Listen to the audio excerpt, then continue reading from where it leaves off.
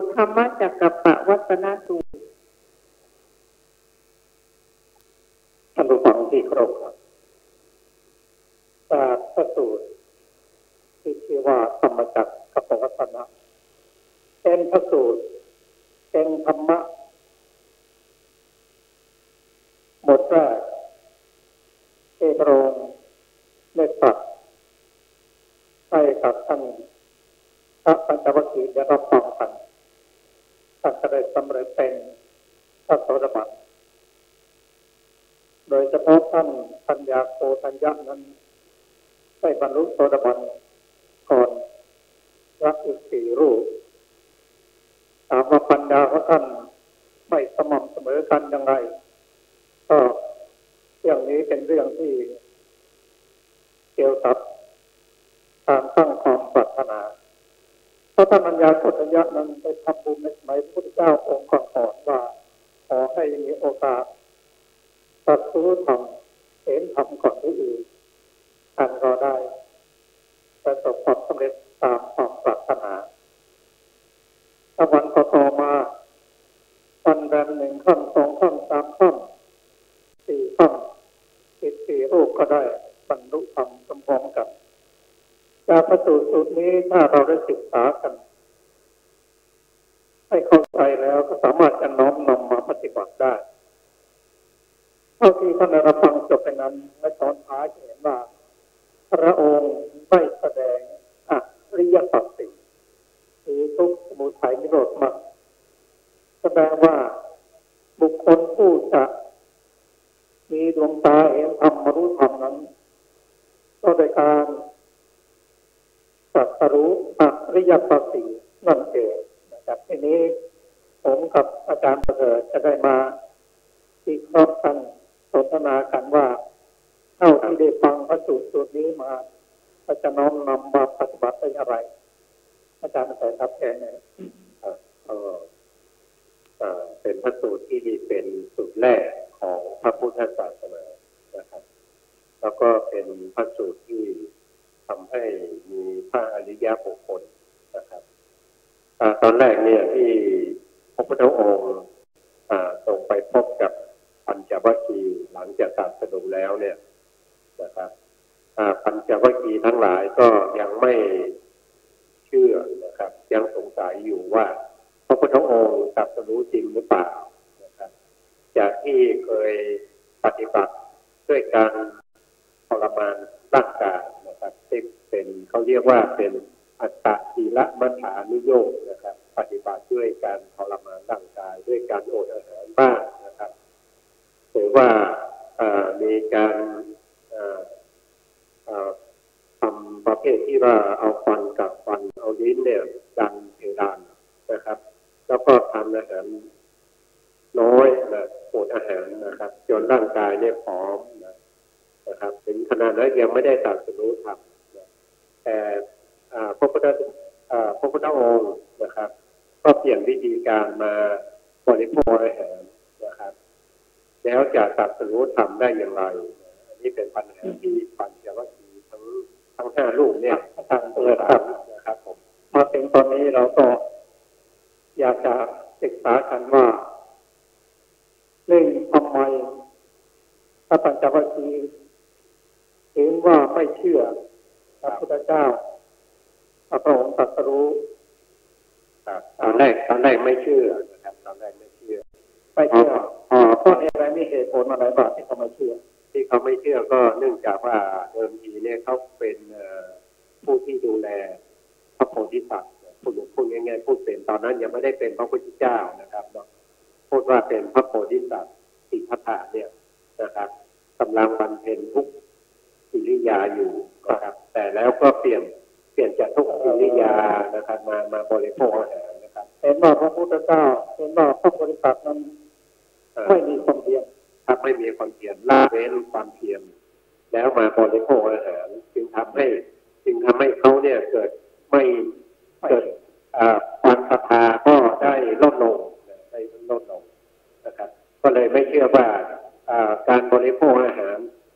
ปฏิบัติอย่างนี้เนี่ยจะตรัสรู้ธรรมได้อย่างไรนะครับอันนี้ก็เป็นข้อสงสัยของปัญจวัคคีย์ครับตาม ที่อาจารย์มาแต่ว่าเราต้องเปลี่ยนวิธีการอธิบายเข้าใจว่าที่เราเปลี่ยนวิธีการก็คือกล่าวว่าเราเคยกล่าวหรือเปล่าว่าเคยตรัสรู้เป็นพระสัมมาสัมพุทธเจ้าซึ่งเขาจะมาถือว่าไม่เคยได้ยินไม่เคยได้ยินคำนี้มาก่อนครับที่พระพุทธองค์ตอนนี้เป็นพระพุทธเจ้าแล้วที่ไปเพื่อจะไปโปรดปัญจวัคคีย์เป็นพระพุทธเจ้าแล้วทางปัญจวัคคีย์ก็ยังสงสัยอยู่พระพุทธองค์ก็ได้กล่าวคำที่ผู้การพูดเมื่อกี้นะครับว่าท่านเคยได้ยินเรากล่าวคำว่าเราตรัสรู้แล้วหรือเปล่าตั้งแต่อยู่ด้วยกันเนี่ยก็ปัญจวัคคีย์ก็บอกว่าไม่เคยเลยเพิ่งจะได้ยินเป็นครั้งแรกตรงนี้นะครับก็เลยเกิดความสนใจนะครับอาจจะฟังคำเกิดความสนใจก็อยากจะรู้เนี่ยอยากจะรู้ว่าพระพุทธองค์เนี่ยตรัสรู้อะไรนะครับแล้วก็ไอ้ธรรมที่พระพุทธเจ้าพระพุทธองค์เนี่ยที่ตรัสรู้เนี่ยจะทำให้เราตรัสรู้ตามได้ไหมก็สงสัยอย่างนี้ครับเราก็เกิดมีความสนใจขึ้นมาแล้วนะเพราะฉะนั้นสนใจขึ้นมาก็เมื่อสนใจเราก็ต้องฟังใช่ไหมครับก็เกิดการเงียบโสดก็คือไม่พูดละฟังอย่างเดียวนะครับฟังที่พระพุทธองค์จะแสดงธรรมต่อไปนะครับอันนี้ก็เริ่มมีจิตศรัทธาขึ้นมานะครับถ้าเป็นเรื่องอยู่นิดหนึ่งที่เราจะได้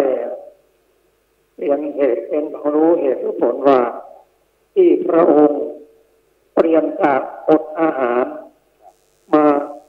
ถวายพระพยาหารนั้นทำให้พระองค์ตรัสรู้นั้นก็แสดงว่าเมื่อใดก็ตาม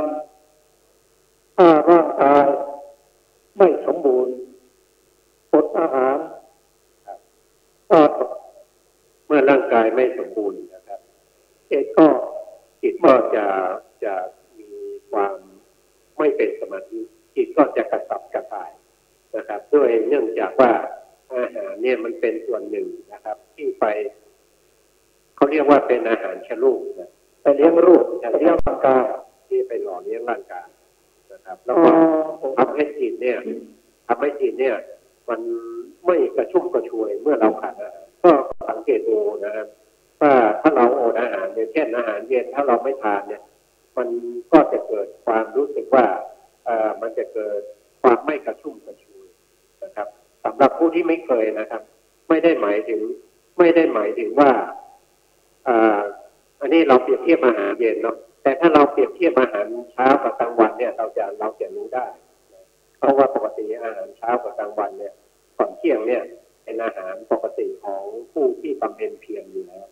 นะครับผมเห็นด้วยนะครับก็มีประตูสุดหนึ่งซึ่งบุคคลเป็นผู้มีอัธยาศัยจะบรรลุธรรม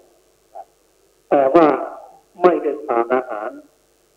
มีอาการหิวขึ้นมาแต่ก็ใฝ่จะฟังธรรมเพราะว่าไม่ยอมรับประทานอาหารกลางวัน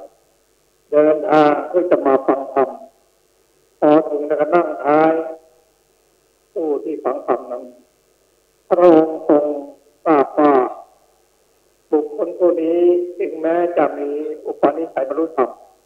แต่เป็นผู้ที่กำลังหิวแสดงทำให้ฟังก็ไม่รู้เรื่องอย่างที่อาจารย์เสด็จว่าร่างกายอยู่ได้ก็ด้วยอาหารเมื่อร่างกายอดอาหารติดเอาไม่กระชุ่มกระชวยฟังทำไปรู้เรื่องพระองค์ถึงได้ตรัสถามว่าภิกษุทั้งหลาย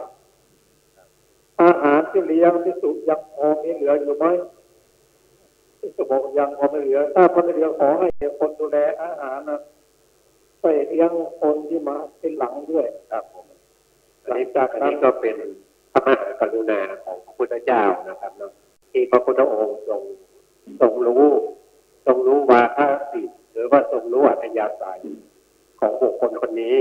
นะครับว่าถ้าหลังจากทานอาหารไปแล้วเนี่ยพอร่างกายมีกำลังจิตใจที่ผ่องใสศรัทธาที่ดีนะครับเขาก็จะตรัสรู้ธรรมได้พระพุทธองค์จึงเรียกภิกษุ มาว่าอาหารยังพอมีเหลืออยู่ไหมอันนี้ครับเป็นพระมหากรุณาธิคุณครับครับตอนนี้ด็อกเตอร์มานะครับก็เชิญท่านด็อกเตอร์นะครับครับเรากำลังคุยกันอยู่ว่าทำนำพระธรรมจักรมาศึกษาให้จะน้อมมาปฏิบัติได้อย่างไรแล้วก็เริ่มต้นว่าพระพุทธเจ้าขอตรัสรู้เป็นพระพุทธเจ้าแล้วก็มาสั่งสอนท่านปัญจวัคคีย์เป็นกลุ่มแรกแต่ครั้งแรกนั้นท่านปัญจวัคคีย์ยังไม่ยอมรับหลังจากที่พระองค์ได้ตรัสว่าเคยได้ยินบ้างว่าเราได้ตรัสรู้เป็นพระสัมมาสัมพุทธเจ้าบอกไม่เคยได้ยินมาก่อนเมื่อไม่เคยได้ยินมาก่อนพระองค์ก็จะแสดงความไม่ฟังเขาก็เกิดศรัทธาโตแสดงความไม่ฟังแล้วก็ได้บรรลุธรรม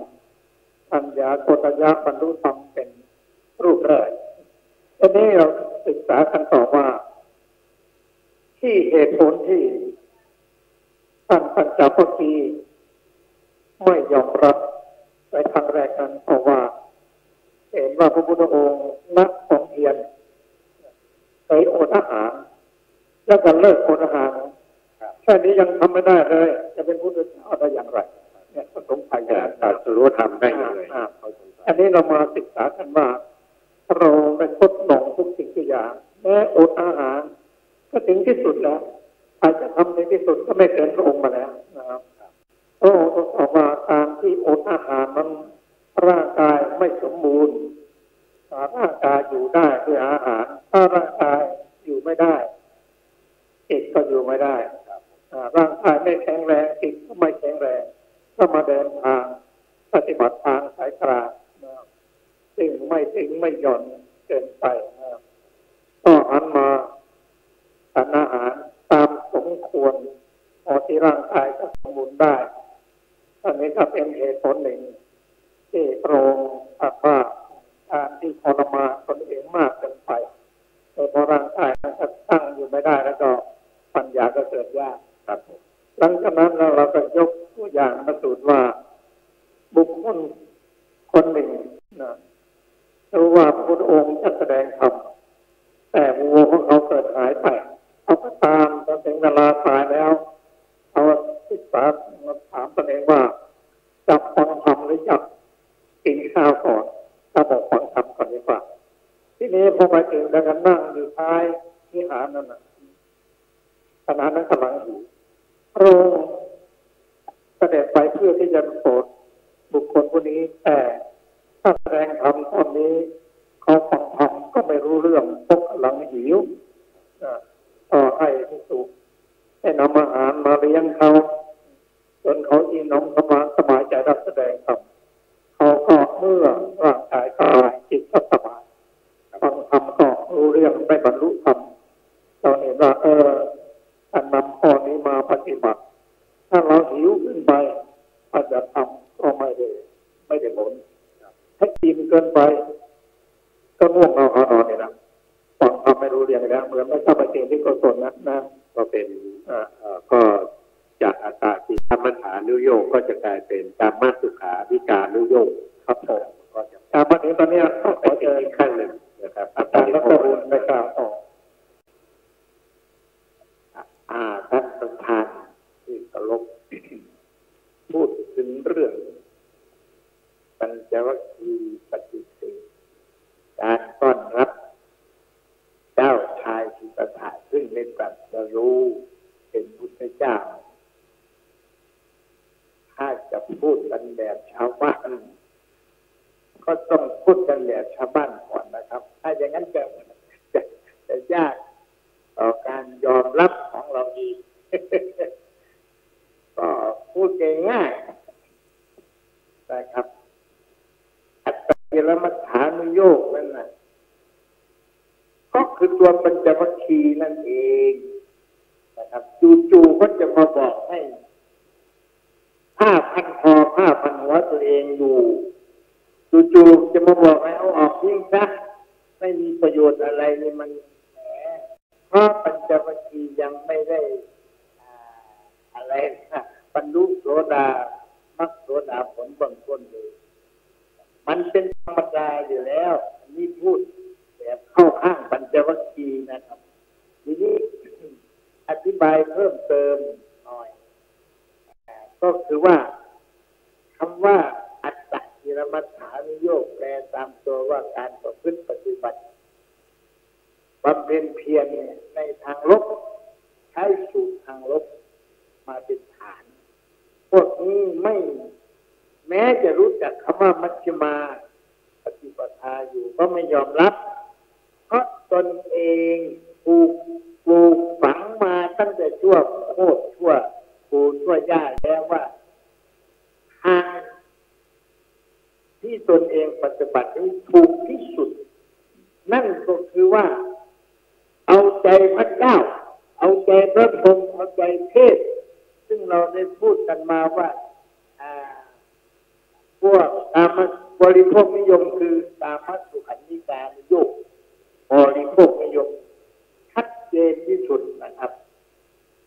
แล้วก็อัตตกิลมัฏฐานุโยคนี่การประพฤติปฏิบัติธรรมเชิงลบทั้งหมดแต่เราไม่เรียกว่าปฏิบัติธรรมนะอย่างสมมุติว่าประพฤติอย่างโคกินหญ้าอย่างเดียวอย่างอื่นไม่กินพวกนี้ก็ถือว่าเป็นวัดที่เข้มข้นที่คนจะต้องคลานหรือว่าเดินสี่เท้าอย่างโคและกินหญ้าหมู่ขวัตอีกประพฤติแบบว่าไม่พูดเอาผ้าปิดปากเลยแน่จริงรู้กันในใจอะไรอย่างนี้เขาเรียกว่าหมู่ขวัตหรือประพฤติเป็นบ้าหมู่ฆะก็คือบ้าจะเอาแบบไหนก็ตามจะเอาบ้าร้าย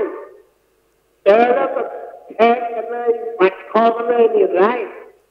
หรือว่าจะบ้าดียิ้มตลอดหัวเราะตลอดอย่างนี้ก็บ้าขนาดระดับกลางว่าประมาณระดับเร็วหน่อยนั่นก็คือว่าปิดปากเลยไม่พูดไม่จา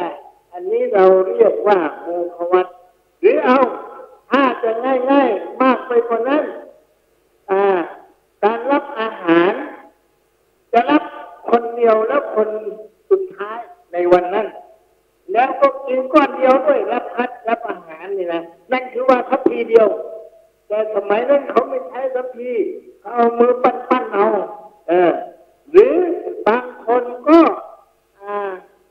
ไม่รับบ้านแรกจะรับบ้านที่สองเท่านั้นแล้วก็รับเพียงก้อนเดียวใส่ปากแล้วก็ไปบางคนก็รับอาหารจากบ้านที่สามบ้านเดียวเท่านั้นหรือว่าถ้าทำจากนั้นไปผิดจากการปฏิบัติธรรมอันนี้อย่างนี้นะครับถ้าอย่างหนักไปกว่านั้น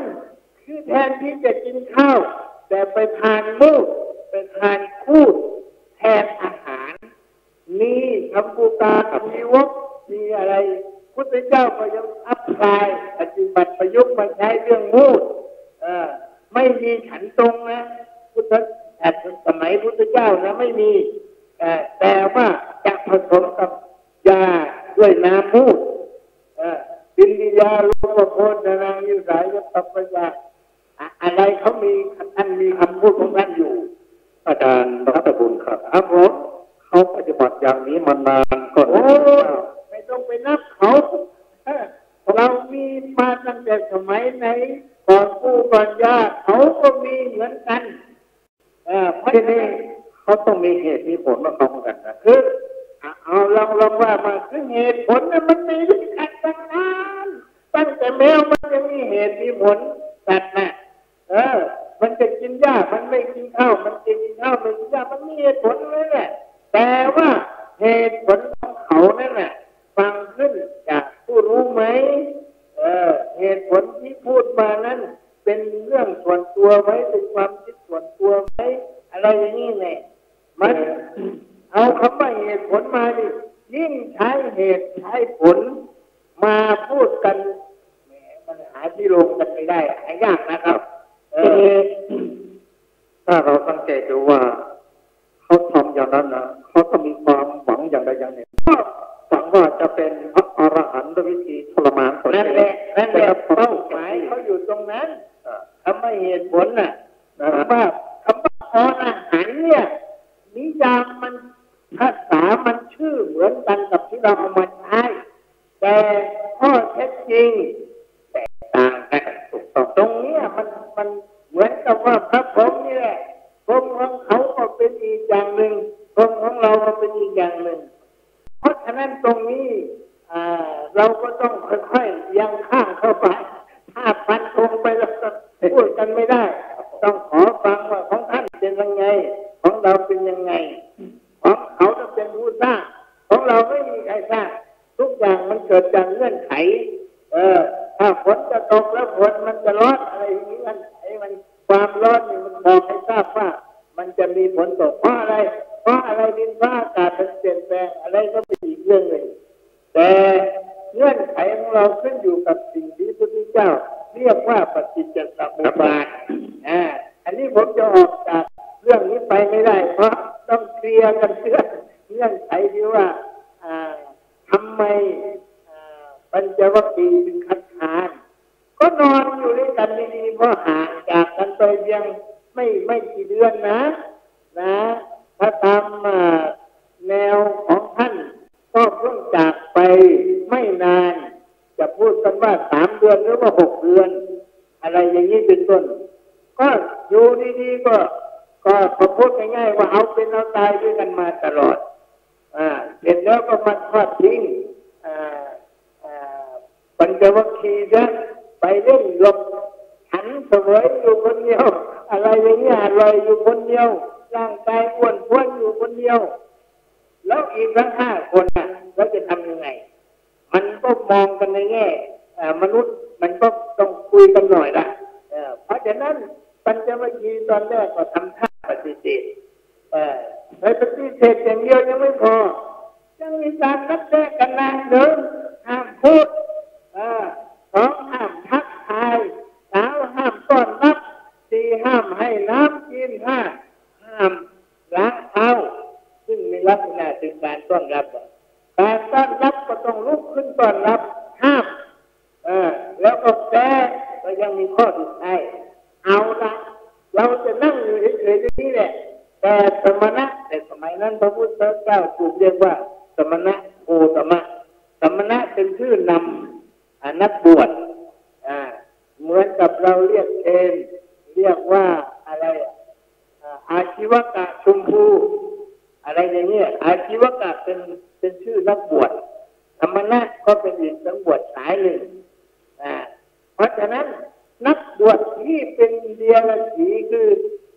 นักบวชอื่นหมดจะมีลักษณะตรงกันข้ามในการประพฤติปฏิบัติธรรมแต่อย่างไรก็ตามแล้วความเป็นมัชฌิมาปฏิปทาของพระพุทธเจ้าเนี่ยซึ่งถือว่าไม่ได้ปฏิเสธสิ้นเชิงนะในศาสนาเทนท่านก็ปฏิเสธในลักษณะที่มันหนักเกินไปสำหรับคนที่ยังมีข้าวมีน้ำมีหูมีตาอยู่นี่จะเล่นมาไม่เอาด้วยเลยนี่ไม่ได้อย่างคนผมพุทธเจ้ายอมรับแต่จะมาถอนทุกเส้นอย่างนี้พุทธเจ้าโอ้ยมันบ้าเกินไปถ้าอย่างพูดแล้วก็นุ่งห่มผ้าก็ใช้3 ผืนแต่เชนก็บอกไม่แน่จริงแน่จริงก็โยนทิ้งเลยที่ไม่ต้องนุ่งแล้วพุทธเจ้าจะตอบว่าไงพุทธเจ้าท่านก็บอกว่าไม่ละอายใจในสิ่งที่ควรละอายอย่างสมมติว่าจะไปรับอาหารจากโยม3 ทัพพีถือว่าผิดสูตรไม่รับเอาทัพพีเดียวอันนี้พระเจ้าใช้คำว่าไปละอายในสิ่งที่ไม่ควรละอายเพราะฉะนั้นพระเจ้าก็เอาพูดกันง่ายๆหน่อยว่าเพื่อให้ไม่ขัดแย้งกันมากก็คือว่ารับเอาในส่วนที่พอจะรับได้อย่างปาณาติบาตก็รับแต่ไม่ถึงขนาดว่าต้องปัดกวาดถนนก่อนเดินทางต้องถือไม่กวาดไปเรื่อยเดินไปเรื่อยกลัวจะเหยียบเม็ดเหยียบแมงเหยียบอะไรไปหมด แต่เรื่องความมดแมงอะไรอย่างนี้แต่เรื่องประทุษร้ายคอร์รัปชันแดงๆนี่ก็ไม่พูดถึงกันไงก็มาพูดเรื่องเม็ดเรื่องมดเรื่องแมงไปอันนี้มันก็เกินไปพระพุทธเจ้าบอกว่าถ้าเจตนาไม่มีมันจะยังไงก็ตามไม่เห็นไม่เห็นด้วยตาไม่ได้ยินด้วยหูก็เอาไว้ก่อนแต่อย่างนี้พระพุทธเจ้าท่านมีท่าทีผมใช้คำว่าท่าทีแต่จริงๆนั้นไม่ใช่ท่าทีพระพุทธเจ้ารู้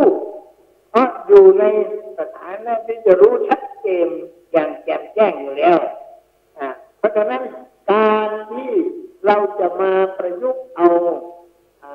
ท่าทีอะไรของปัญจวัคคีย์มาใช้บ้างมันก็ไม่ใช่คือตามหลักแล้วก็เล่นตัวก่อนหน่อยอย่างนี้จะได้ไหมเล่นตัวก่อนแต่ก็มีข้อแม้ว่าถ้าพระสมณะโคดมท่านจะทำอะไรก็ปล่อยให้เป็นเรื่องของท่านเถอะเราไม่สนว่าต่างคนต่างอยู่เนี่ยนี่คือคำสุดท้ายอาจารย์ดร.บุญครับผมมีคำถามที่จะเรียนถามนิดหน่อยว่าเหตุผลที่พระพุทธองค์ไม่ให้ปฏิบัติหาความสุขมันเกิดจากกามะมากเกินไปหรือทรมานมากเกินไปนั้นพระองค์มีเหตุผลอย่างไรครับแหมมันภาษามันดิ้นแต่ว่าเราไม่ได้ดิ้นตามภาษาคำว่ากามะตัวนี้มันแปลว่าผูกติดนะครับไม่ในความหมายหนึ่งมันเอาความหมายภาพรวมทั้งหมดไม่ได้แปลว่าอารมณ์เพศอย่างเดียวอารมณ์เพศนั้นมันเป็นเพียงถ้าจะพูดแล้วมันไม่ใช่ตัวหลักมันเป็นเพียงเจตสิกอย่างหนึ่งซึ่งผุดขึ้นมาแต่กามะนี่มันครอบคลุมไปถึงเรื่องการติดทั้งหมดสิ่งที่มนุษย์ได้ยินเห็นกับตาติดเข้าไปได้ยินเสียงม่วนก็ติดเข้าไปได้ยินกินอาหารอร่อยก็ติดอาหารขับรถจากเชียงใหม่ไปกินลำปางขับจากลำปางไปกินแม่ฮ่องสอนดูที่ความติดของคนกินขนมเส้นจานหนึ่งมันเดี๋ยวนี้ก็ยังหาได้อยู่30 บาทแต่บางคนนี่หวดเข้าไปจานละ1,000 บาทยังเล็กอยู่นะเนี่ยยังไม่พอกับเกียรติศักดิ์ศรีต้องเล่นจานละ10,000 บาทก็มีอะไรอย่างเงี้ยแล้วจะไปถามนิพพานอะไรถ้ายังไปหากินอยู่สวรรค์มันก็ไม่ถึงถ้าจะพูดไปแล้วเพราะฉะนั้นคำว่าตามอารมณ์หรือว่าตามมาสุขันนี่มั่วเมาอยู่กับสิ่งที่ตัวเองติดคือติดแต่มันติดแต่อย่าไปเมาจนติดจนไปไหนไม่ได้เขาเรียกว่าติดเหมือนกับเชือกผูกคอผูกคอแล้วก็เหมือนกับตอกมาใส่ตีนเนี่ยมันก็หมดเลยสิพระเจ้าไม่ได้ปฏิเสธรูปเสียงกลิ่นรส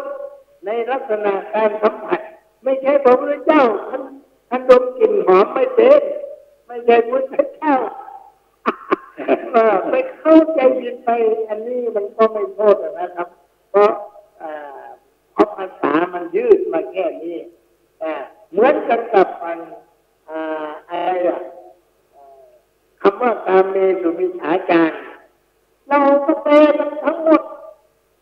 ผมไปติดใจหลวงพ่อชาหลวงปู่ชาท่านแปลว่าสิ่งที่เขาหวงแหนเอาง่ายๆถ้าหมดจากการหวงแหนของกฎหมายหมดจากการหวงแหนของประเพณีหมดจากการหวงแหนของปู่ย่าตาทวดที่เกี่ยวข้องแล้วจะทำยังไงแล้วยิ่งมายุคนี้มันก็อ้างสิทธิส่วนบุคคลขึ้นมาอีกว่าเพราะฉะนั้นตามเมสุวิสาจารย์หลวงปู่ชาท่านแปลว่าสิ่งที่เขาหวงแหนกันพูดแค่นี้พอท่านบอกว่าอย่างนี้นะหลวงปู่ชานะอย่าไปพูดมากกว่านี้ท่านนิยามง่ายๆถ้าไม่อย่างนั้นแล้วมันไม่รู้จักจบทีนี้อันที่พูดมันนี่มันแคบไป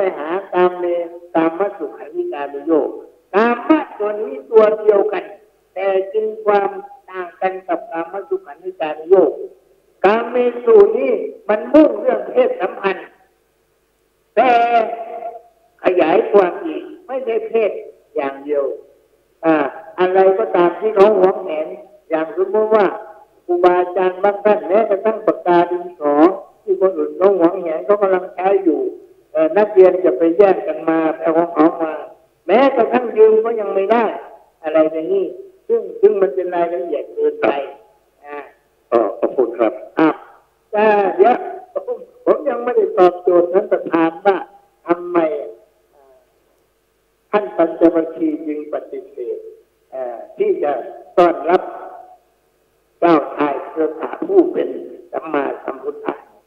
มันก็เป็นเรื่องธรรมดาเนาะคนเราไม่ได้พูดกัน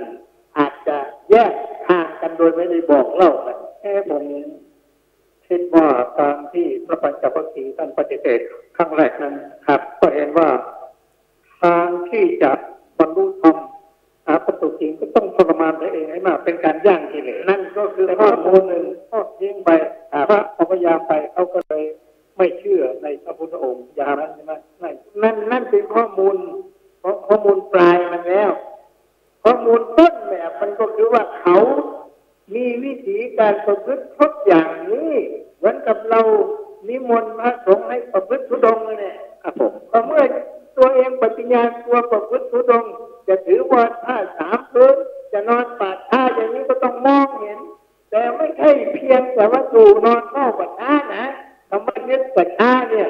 มันหมายความว่าใช้ปฏิบทของป่าช้าให้เกิดวิเวกให้เกิดสมาธิให้เกิดสมถะวิปัสสนาอันนี้ก็เหมือนกันเพราะฉะนั้นแต่เดี๋ยวนี้มันก็เปลี่ยนไปแล้วที่ปริวาสอยู่ป่าช้าเนี่ยก็เอาละไม่รู้ว่าใครเป็นเครื่องมือของใครชาวบ้านอาจจะเป็นเครื่องมือของพระสง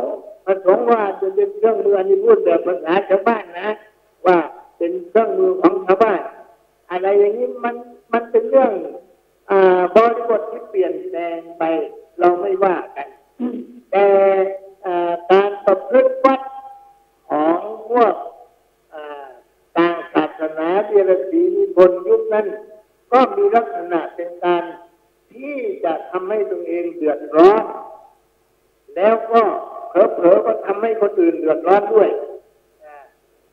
จะยังไงก็ตามเถอะเดี๋ยวนี้มันไม่เป็นปัญหาแล้วมายุคนี้สมัยนี้แล้วไม่ว่าท่านจะอยู่ยังไงก็ตามมันเป็นเพียงคนส่วนน้อยแล้วแต่เรามารู้กันแขกเขาอินเดียเขาไม่รู้กันด้วยซ้ำไปเพราะเขาไม่ได้สนใจเลยมันเป็นจิตใจจนให้เปอร์เซ็นต์ไม่ได้ในจำนวนประชากรเนี่ยเพราะฉะนั้นผมก็เลยว่าถ้าจะมีประเด็นอื่นก็น่าจะเอาประเด็นอื่นอย่างบริโภคนิยมมันเนี่ยมันกลายมาเป็นทั่วโลกไปซะแล้วบริโภคนิยมแล้วก็ยึดติดในสิ่งที่ตัวเองใช้จ่ายทั้งหมดรองเท้าคนหนึ่งแทนที่จะมีคู่เดียวหรือ2 คู่3 คู่อย่างมากแต่ทีนี้มันคนละตู้เนี่ยรองเท้าตู้หนึ่งก็ชั้นหนึ่งก็50 คู่แล้วชั้น2มันไม่มีชั้นเดียวหรอกรองเท้ามัน3 ชั้นนะตู้หนึ่งอาจารย์พระสมุนครับผมเนี่ยพระสูตรเพียงจากต้นพูดนี่นะครับเราก็ยังมาศึกษากันนี่แตกขนาดมาพันมากมายเลยทำให้ทุกฝั่งทำมาได้เข้าใจชัดเจนขึ้นทีนี้เรามาถึงที่ว่าเหตุผลที่พระพุทธเจ้าให้จากการมรรคสัมโยชน์ไม่มุ่งกับน้องกับไปหรือว่าทรมานตัวเองไปนั้นพระองค์มีเหตุผลของพระองค์ถ้ามาฟังความเห็นของท่านหนึ่งเข้าใจอาจารย์เลยครับผมขอบคุณครับก็ตามที่เราทราบกันอยู่ดีนะครับว่าปัญจวัคคีย์เนี่ยตอนแรกเนี่ยก็มีข้อตกลงกันนะครับเมื่อเห็นพระพุทธเจ้านะครับเดินมาแต่ไกลเนี่ยก็มีข้อตกลงกันว่า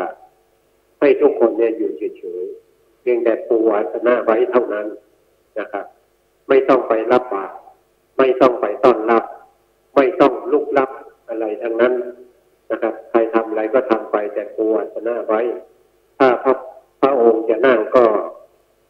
ตามอัธยาศัยจะนั่งก็นั่งไม่นั่งก็แล้วแต่นะครับตกลงกันว่าอย่างนี้นะครับ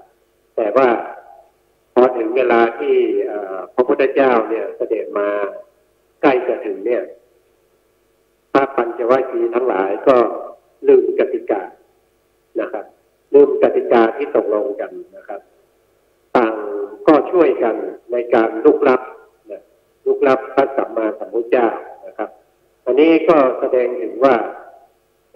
งให้เห็นว่าพระพุทธเจ้าเนี่ยนะครับเป็นผู้ที่เขาเรียกว่าเป็นผู้ที่มีลักษณะว่าเป็นมหาบุรุษนะครับเป็นลักษณะที่ทุกคนเห็นแล้วนะครับจะต้องให้ความเคารพนะครับให้ความลุกลับนะครับถึงแม้ปัญจวัคคีย์จะตกลงกันยังไงก็ตามนะทุกคนก็ลืมนะครับทุกคนก็มาคนหนึ่งมารับบาตรคนหนึ่งก็ไปตักน้ำล้างเท้าอย่างเนี้ยคนหนึ่งก็กรีกรุจรมาเพื่อจะมาลุกลับพระพุทธเจ้านะครับอันนี้ก็แสดงให้เห็นถึงคุณเขาเรียกว่าเป็นมหา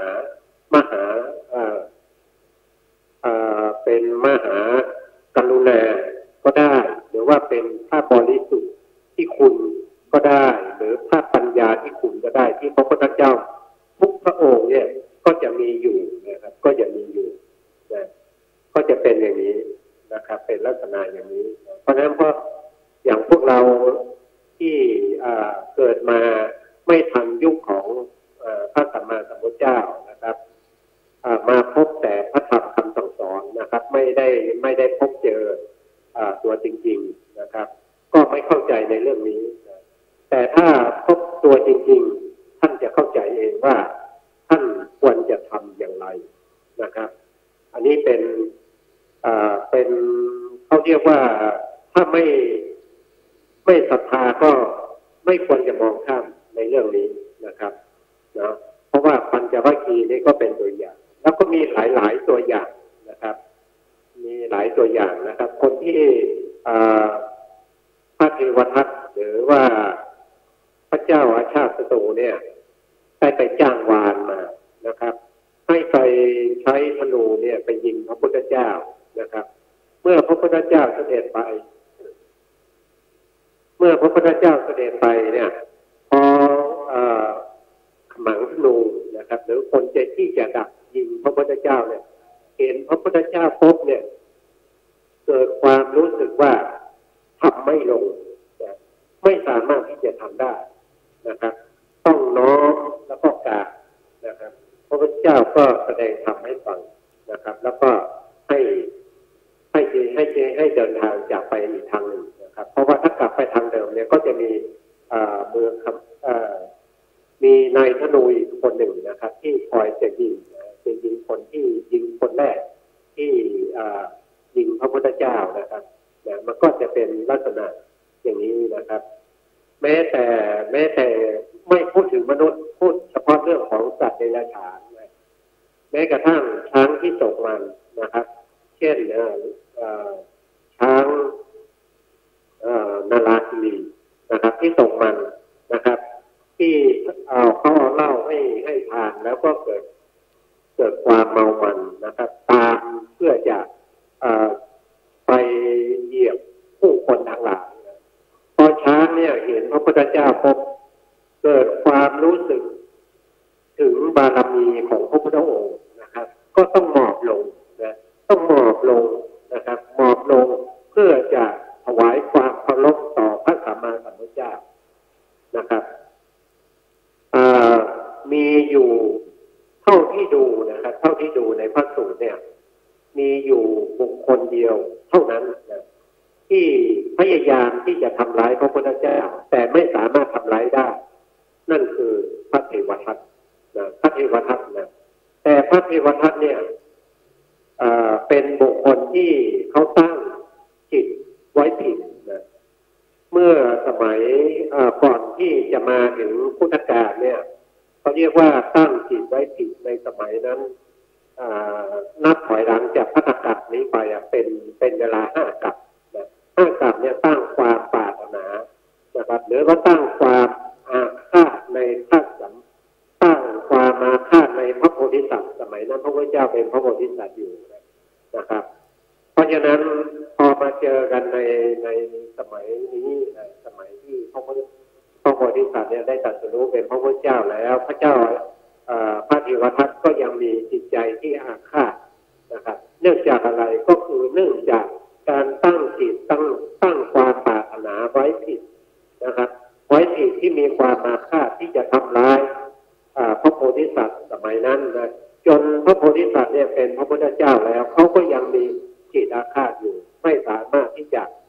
ละวางจิตนั้นได้เพราะจิตนั้นน่ะตั้งไว้ผิด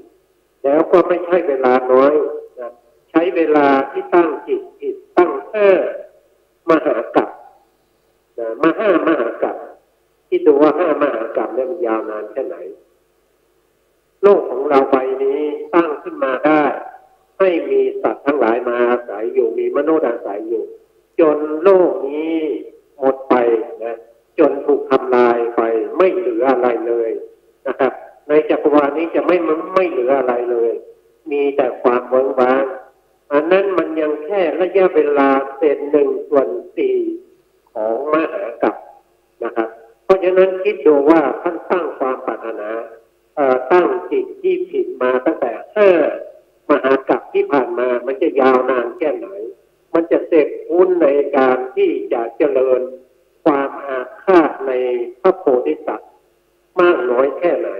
นะครับอันนี้พระพุทธองค์ก็ไม่ถือนะครับพระพุทธองค์รู้นะครับว่าพระเจ้าพระเทวทัตเนี่ยตั้งความอาฆาตในพระองค์แต่พระองค์ดูแล้วดูอนาคตญาณแล้วเห็นว่าพระเทวทัตเนี่ยจะได้รับโทษมากนะครับถ้ายังอยู่เป็นปุถุชนไม่มีการจะได้เป็นพระปัจเจกแน่นอนนะครับดังนั้นพระพุทธองค์จึงอนุญาตให้พระเทวทัตมาบวชนะครับเพื่อให้พระเทวทัตเนี่ยได้มาสวดมนต์ไหว้พระทุกวันมานั่งสมาธินะครับจนพระเทวทัตเนี่ยได้สมาบัติ8นะครับได้สามารถได้อภิญญา5นะครับเป็นปุถุชนที่สามารถเหาะเหินเดินอากาศได้นะครับเนี่ยครับคือความที่พระพุทธองค์มีพระมหากรุณาต่อผู้ที่มีความอาฆาตมากมายต่อพระพุทธองค์นะครับแต่พระพุทธองค์ไม่เคยคิดถึงเรื่องนี้เลยคิดอย่างเดียวว่าจะทำยังไงให้พระเทวทัตเนี่ยได้เป็นพระอรหันต์นะแต่ในที่สุดไม่สามารถเป็นพระอรหันต์ได้แต่ก็ยังจะได้เป็นพระปัจเจกพุทธเจ้าในอนาคตต่อไปนะครับอันนี้ก็คือพระมหากรุณาธิคุณอันยิ่งใหญ่ของพระสัมมาสัมพุทธเจ้านะครับเช่นเดียวกันกับพระปัญจวัคคีย์นะครับพระพุทธองค์ไปโปรดปัญจวัคคีย์นะครับเพื่อจะให้ปัญจวัคคีย์เนี่ยตรัสรู้ธรรมได้ตาได้มีดวงตาที่เห็นธรรมนะครับแล้วก็ได้ตรัสรู้เป็นพระอรหันต์ในระยะต่อมานะครับอันนี้ก็เป็นพระมหากรุณาเช่นเดียวกันนะครับพระสูตรถ้าเราดูทุกสูตรนะครับไม่ว่าจะเป็นสูตรไหนเนี่ยเป็นพระมหากรุณาของพระสัมมาสัมพุทธเจ้านะครับแล้วก็ในพระมหากรุณาเนี่ยก็แฝงไปด้วยพระปัญญาที่คุณนะครับที่รู้ว่าจะทำยังไงจะแสดงธรรมยังไงให้บุคคลคนนี้ได้ตรัสรู้ให้บุคคลคนนี้ไม่ต้องทนทุกข์ทรมานเวียนว่ายตายเกิดอยู่ในวัฏสงสารอันยาวนานอันมืดมนทั้งหลายนะครับเพื่อจะให้เขาเนี่ยได้พ้นจากการเวียนว่ายตายเกิดนะครับได้เข้าถึงพระนิพพานอันมีแต่ความสุขนะครับอันนี้ก็เป็นพระมหากรุณาธิคุณพระปัญญาธิคุณแล้วก็พระบริสุทธิ์ธิคุณนะครับจิตใจของพระพุทธองค์เนี่ยบริสุทธิ์ผุดผ่องนะครับกับเทวทัตหรือว่ากับพระราหุลนะครับพระพุทธองค์มีใจเสมอกันนะครับไม่มีใครมันรักคนนี้มากกว่าชังคนนั้นมากกว่าไม่มีนะครับ ระพุทธองค์มีจิตเสมอนะครับถึงแม้พระเทวทัตเนี่ยจะตั้งความอาฆาตนะครับมากมายนะครับจนในที่สุดเนี่ยพระพุทธองค์ก็สามารถจะแก้ความอาฆาตมากร้ายของพระเทวทัตได้นะครับจนพระเทวทัตเนี่ยเกิดความสำนึกนะก็จะมาเข้าเฝ้าพระพุทธองค์แต่ว่ากรรมของพระเทวทัตที่ทำไว้เนี่ยมันหนักหนาสาหัสมากนะครับจึงไม่มีโอกาสได้เข้าเฝ้าแต่อย่างไรก็ตามไม่ได้มีโอกาสเข้าเฝ้าเนี่ยไม่ใช่เป็นการกระทำของพระสัมมาสัมพุทธเจ้าแต่เป็นการกระทำของกรรมที่ทำไว้กับพระโพธิสัตว์และพระพุทธเจ้านะครับถึงอย่างนั้นพระพุทธองค์ก็ยังสามารถที่จะทำนายให้พระเทวทัตว่านับจากนี้ไปอีก100,000 กัปนะ100,000 กัปเนี่ยจะได้ตรัสรู้เป็นพระปัจเจกนะพระปัจเจกพุทธเจ้านะครับเป็นพระพุทธเจ้าประเภทหนึ่งนะครับที่ไม่สามารถจะสอนใครได้แต่ว่าจะตรัสรู้เองไม่ต้องฟังธรรมจากใครนะครับจะได้เป็นพระพุทธเจ้าประเภทนั้นนะครับเพราะพระเทวทัตเนี่ยพระพุทธองค์เล็งไปในอนาคตังสยานแล้วเคยสร้างบารมีมาเหมือนกันนะครับไม่ใช่ว่าจะมีแต่ความอาฆาตนะเคยสร้างบารมีมาแล้ว2 อสงไขยนะครับแต่ยังเหลืออีก100,000 กัปนะครับเพราะฉะนั้นต่อไปอีก100,000 กัปเนี่ยเขาจะได้เป็นพระปัจเจกครับเพราะว่าได้รับพุทธธรรมนายแล้วเป็นที่แน่นอนว่าจะได้เป็นพระปัจเจกพุทธเจ้าต่อไปก็ชัดเจนขึ้นอาจารย์ประเสริฐครับก็เป็นอันว่าพระปัญจวัคคีย์ที่ได้เห็นว่าพระโพธิสัตว์ได้เลิกของเพียรนั้นขณะนั้นพระโพธิสัตว์ยังไม่ได้มีดวงตาเห็นธรรมนะครับก็ท่านก็คิดอย่างนั้นเลยแต่พอพระพุทธเจ้าได้ตรัสรู้เป็นพระพุทธเจ้าแล้วก็มีความปรารถนาดีนะเป็นผู้ที่ประกอบด้วยศีลประกอบด้วยพระโพธิสุทธิคุณพระปัญญาธิคุณและพระมหานาธิคุณมีความเมตตาใครที่จะปลดเปลื้องพระปัญจวัคคีย์การเสด็จมาครั้งนี้ก็ทำให้พระปัญจวัคคีย์นั้นที่เคยนัดแนะกันไว้ว่าจะไม่รู้กับนั้นก็บารมีเมตตาบารมีที่แผ่ไปก็ทำให้น้อมไปเพื่อที่จะปฏิบัติต่อกับบุรุษหรือพระพุทธเจ้า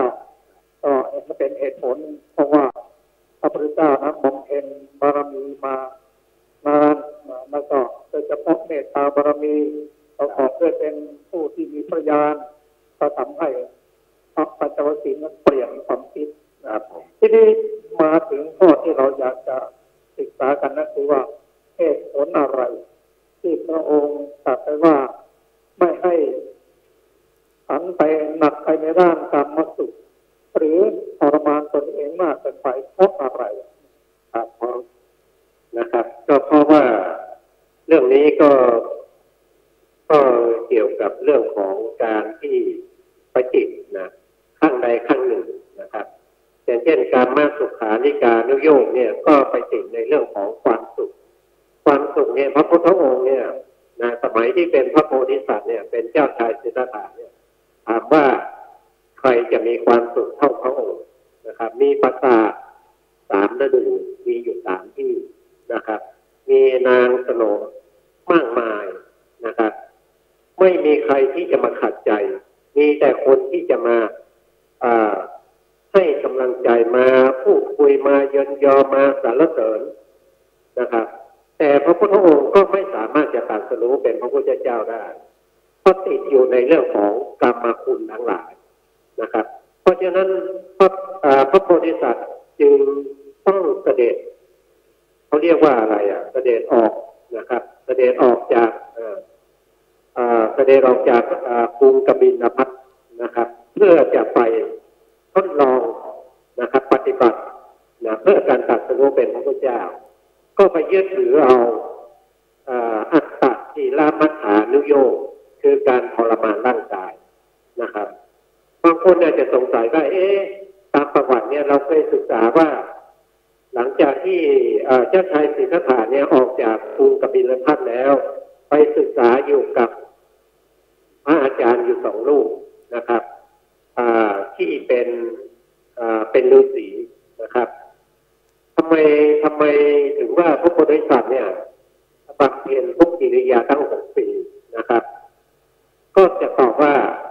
การที่พระพุทธองค์ตอนที่เป็นพระโพธิสัตว์เนี่ยที่ไปศึกษาอยู่กับอาจารย์ทั้ง2 ท่านเนี่ยใช้เวลานิดเดียวนะครับเพราะก่อนที่เจ้าชายสิทธัตถะจะออกจากกรุงกบิลพัสเนี่ยพระองค์ได้ฌาน1นะครับได้ฌาน1แล้วได้ตอนไหนได้ตอนที่พระบิดาเนี่ยพาไปดูพิธีเลขนาขวัญนะครับที่พระโพธิสัตว์เนี่ยนั่งอยู่ใต้ต้นว่านะครับแล้วก็เจริญสมาธิตรงนั้นได้ฌาน1แล้วนะครับโดยยังไม่มีใครสอนนะแต่ได้ฌาน1แล้วได้สมาธิแล้วนะได้ปฐมฌานแล้วนะครับเพราะฉะนั้นไปเรียนกับอาดาลดาบทหรือว่าอุทกดาบทอาจารย์ทั้ง2 ท่านเนี่ยใช้เวลาไม่ถึงเดือนนะครับใช้เวลาไม่ถึงเดือนก็สามารถที่จะเรียนจบทั้ง2 อาจารย์นะครับนะทั้ง2 อาจารย์ได้ถึงสมาบัติ8นะครับนะเพราะฉะนั้นระยะเวลาหลังจากนั้นนะตั้งแต่ออกจากกรุงกบิลพัสภายใน1 เดือนหลังจากนั้นเนี่ยพระพุทธองค์ต้องมาบำเพ็ญทุกกิริยานะครับจนถึงวันที่เปลี่ยนใจนะครับเป็นเวลาถึง6 ปีด้วยกันนะครับใช้เวลานานมากในการทำทุกกิริยานะครับเพราะอะไรก็เพราะว่าพระพุทธองค์จะต้องมาทำอย่างนี้นะครับตอนนี้เกี่ยวกับเรื่องของกรรมเหมือนกันนะที่ต้องมาบำเพ็ญทุกกิริยาต้องมาอดอาหารนะครับต้องมานั่งให้เอาเพดานเอาลิ้นกดเพดานเอาฟันกดฟันนะครับนั่งตัวตรงอย่างเงี้ยนะพระพุทธองค์เนี่ยที่ต้องมาทำทุกกิริยาถึง6 ปีเนี่ยก็เพราะว่าเคยทำวัตถีกรรมนะครับที่ไม่ดีกับพระพุทธเจ้าในอดีตเอาไว้นะครับว่าการได้มาซึ่งโพธิญาณเนี่ยมันไม่ใช่ได้มาง่ายๆอย่างนี้นะครับคำพูดนี้นะที่ทำให้พระโพธิสัตว์เนี่ยผู้ซึ่งบำเพ็ญบารมีมานะครับจนกระทั่งจะตรัสรู้แล้วเนี่ยต้องมาบำเพ็ญทุกกิริยาอีกตั้ง6 ปีนะครับอันนี้ก็เป็นความยิ่งใหญ่ของกรรมอย่างหนึ่งนะถ้าเราสังเกตดูนะแม้แต่บุคคลที่บำเพ็ญเพียรมาอย่างเช่นพระโพธิสัตว์ที่จะตรัสรู้เป็นพระพุทธเจ้าอยู่แล้วก็หนีกรรมไม่พ้นนะครับแล้วพระพุทธเจ้านะครับถึงแม้ได้ตรัสรู้แล้วหนีกรรมในปัจจุบันนะครับที่จะทำนะแล้วก็ในอนาคตที่จะทำได้นะแต่กรรมในอดีตนะท่านหนีไม่พ้นนะแล้วก็ท่านก็จะต้องได้รับกรรมในอดีตที่ท่านทำไว้ก่อนที่ท่านจะตรัสรู้ด้วยนะครับเช่นการที่พระเทวทัตกิ้งหินมานะครับมาถูกที่พระบาทของพระพุทธเจ้านะห่อพระโลหิตอย่างนี้นะครับเช่นพระพุทธองค์จะต้องอาฆาตนะที่ต้องเรียกพระจุลทะมาสาธยายพระสูตรที่ชื่อว่าโพชฌงค์ให้ฟังนะครับพระพุทธองค์ก็ป่วยนะครับพระพุทธองค์ก็ปวดนะครับบางครั้งเนี่ยพระพุทธองค์นั่งแสดงธรรมอยู่เนี่ยนะครับก็ปวดหลังนะครับไม่สามารถแสดงต่อไปได้นะก็ให้พระสารีบุตรหรือพระอานนท์เนี่ยแสดงต่อนะพระพุทธองค์จะต้องบรรทมนะครับเพราะว่าปวดหลังนะอันนี้ก็เป็นกรรมเก่านะบางครั้งพระพุทธองค์ต้องปวดเสียงนะมันเป็นเรื่องของกรรมในอดีตนะครับที่ทุกคนหนีไม่พ้นนะ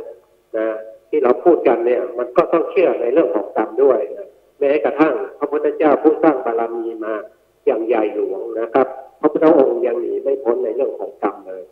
นะครับอันนี้ก็เช่นเดียวกับปัญจวัคคีย์นะครับปัญจวัคคีย์ก็สร้างบารมีมาอย่างเช่นอัญญาโกณทัญญะเนี่ยท่านสร้างบารมีมา ตั้งความปรารถนาจะเป็นพระภิกษุสงฆ์นะครับองค์แรกของศาสนาพุทธของพระสัมมาสัมพุทธเจ้าองค์ใดองค์หนึ่งนะครับแต่บารมีของท่านมาเต็มสมัยนี้นะดังนั้นท่านจึงได้ดวงตาเห็นธรรมเป็นคนแรกในพระพุทธศาสนาของพระพุทธเจ้าของเรานะครับอันนี้ก็เป็นเรื่องของกรรมด้วยนะครับมันบวกกันหลายอย่างนะครับอันนี้ก็ฝากท่านผู้ฟังเอาไว้นะครับทำอะไรก็ให้ทำแต่ในเรื่องของกรรมดีนะครับอย่าทำกรรมชั่วนะครับอันนี้ก็จะทำให้พวกเราเนี่ยไม่ต้องไปสวยกรรมชั่วนะครับสวยแต่กรรมดีนะครับผมขอบคุณครับท่านผู้ฟังที่เคารพครับเราศึกษาธรรมจักรวสูตรมา1 ชั่วโมงนะฮะก็มีเรื่องที่จะต้องเรียนต้องรู้มากมายนะแต่ก็ขอสรุปในชั่วโมงแรกนี้ว่าการที่พระองค์แนะนำว่าไม่ควรจะเข้าไปพัวพันในเรื่องกามสุขจนเกินไปเพราะกามสุขนี้ก็หมายถึงรวมถึงทั้งรูปรสกลิ่นเสียงสัมผัสทั้งหมดนะพระองค์ตรัสว่าการพัวพันในกามสุขอย่างนี้เป็นธรรมอันเลวที่ว่าอันเลวนั่นคือสำหรับพระภิกษุผู้ที่จะตรัสรู้แต่ชาวบ้านไม่มีปัญหานะเพราะเป็นธรรมของชาวบ้านอยู่แล้วแต่ถ้าชาวบ้านที่ปรารถนาที่จะบรรลุธรรมก็ต้องท่านเราต้องหลีกออกตามสมควรที่ทำได้เพราะการหาความสุขจากกามนั้นเป็นของปุถุชนคือบุคคลทั่วไปไม่ใช่เป็นอริยบุคคลถ้าต้องการเป็นอริยบุคคลแล้วก็จะต้องเว้นจากกามสุขไม่เพราะว่าไม่ประกอบด้วยประโยชน์อันนี้เป็นเหตุผลที่หนึ่งที่ว่าพัวพันในกามสุขนั้นท่านไหนองค์ทำจริงๆแล้วกามสุขก็เป็นโลภะผมแต่เป็นโลภะตัวโลภะนี่เป็นสมุทัยถ้าติดอยู่ในกามมากก็จะต้องยังเกิดยังตายอย่างนั้นพระองค์จึงตรัสว่าเป็นของปุถุชนไม่ใช่ของพระอริยบุคคลเพราะปัญจวัคคีย์นั้นมีความปรารถนาที่ให้พ้นจากปุถุชนเราต้องปฏิบัติตามที่พระองค์ได้ตรัสไว้ส่วนการทรมานตนเองนั้นท่านพระองค์ตรัสว่าเป็นความลำบากที่ทำให้ร่างกายลำบากไม่ใช่ของพระอริยะเพราะร่างกายลำบากแล้วก็จิตก็ไม่สมบูรณ์เช่นการอดอาหารนั้นร่างกายอยู่ได้เพราะอาหารถ้าไม่มีอาหารแล้วจิตใจก็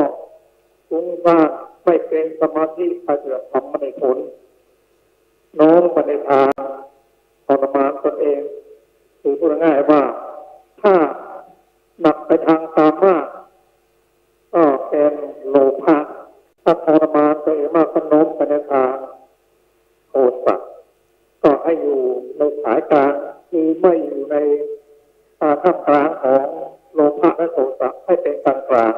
อันนี้ก็เป็นเหตุผลที่พระองค์ได้แนะนำว่า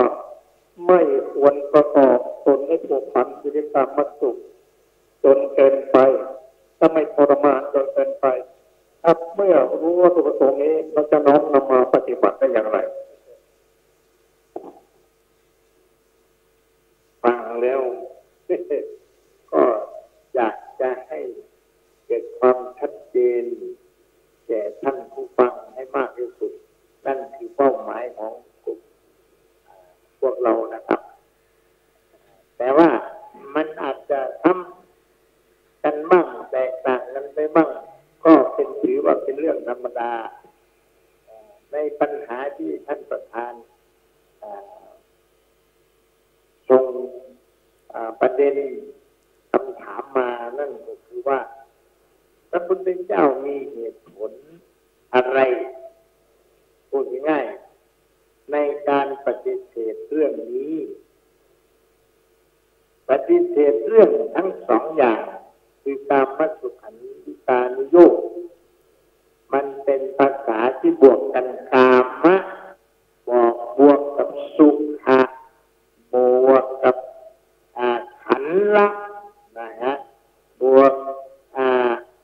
นุโยคแปลว่าการหมกมุ่นพูดง่ายๆถ้าไม่หมกมุ่นมันก็มีเยอะแยะไปที่ผู้ชายผู้หญิงเขาอยู่ด้วยกันเป็นครอบเป็นครัวไม่ทะเลาะบอกแย้งกันพระพุทธเจ้าไม่ได้ห้ามสำหรับชาวบ้านมาในการมีเพศสัมพันธ์พุทธเจ้าไม่ได้ห้ามเพียงแต่ว่าแม้กระทั่งสามีเป็นปุถุชนภริยาเป็นอริยบุคคลไปก็ไม่ได้ห้ามครับเรื่องนี้พระพุทธเจ้าได้ตรัสไว้ในพระสูตรเหมือนกันว่าเรามีตาเพื่อที่จะเห็นมีหูเพื่อที่จะได้ยินครับมีจมูกเพื่อจะได้กลิ่นนั่นตั้งกายที่ได้สัมผัสครับก็สรุปแล้วก็มันเป็นธรรมชาติ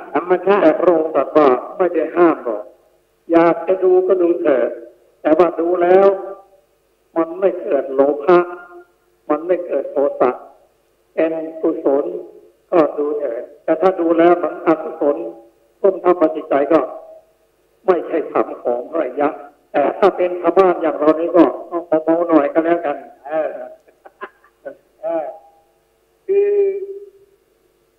คำเดียวกันนี้แหละในความหมายตรงกันข้าม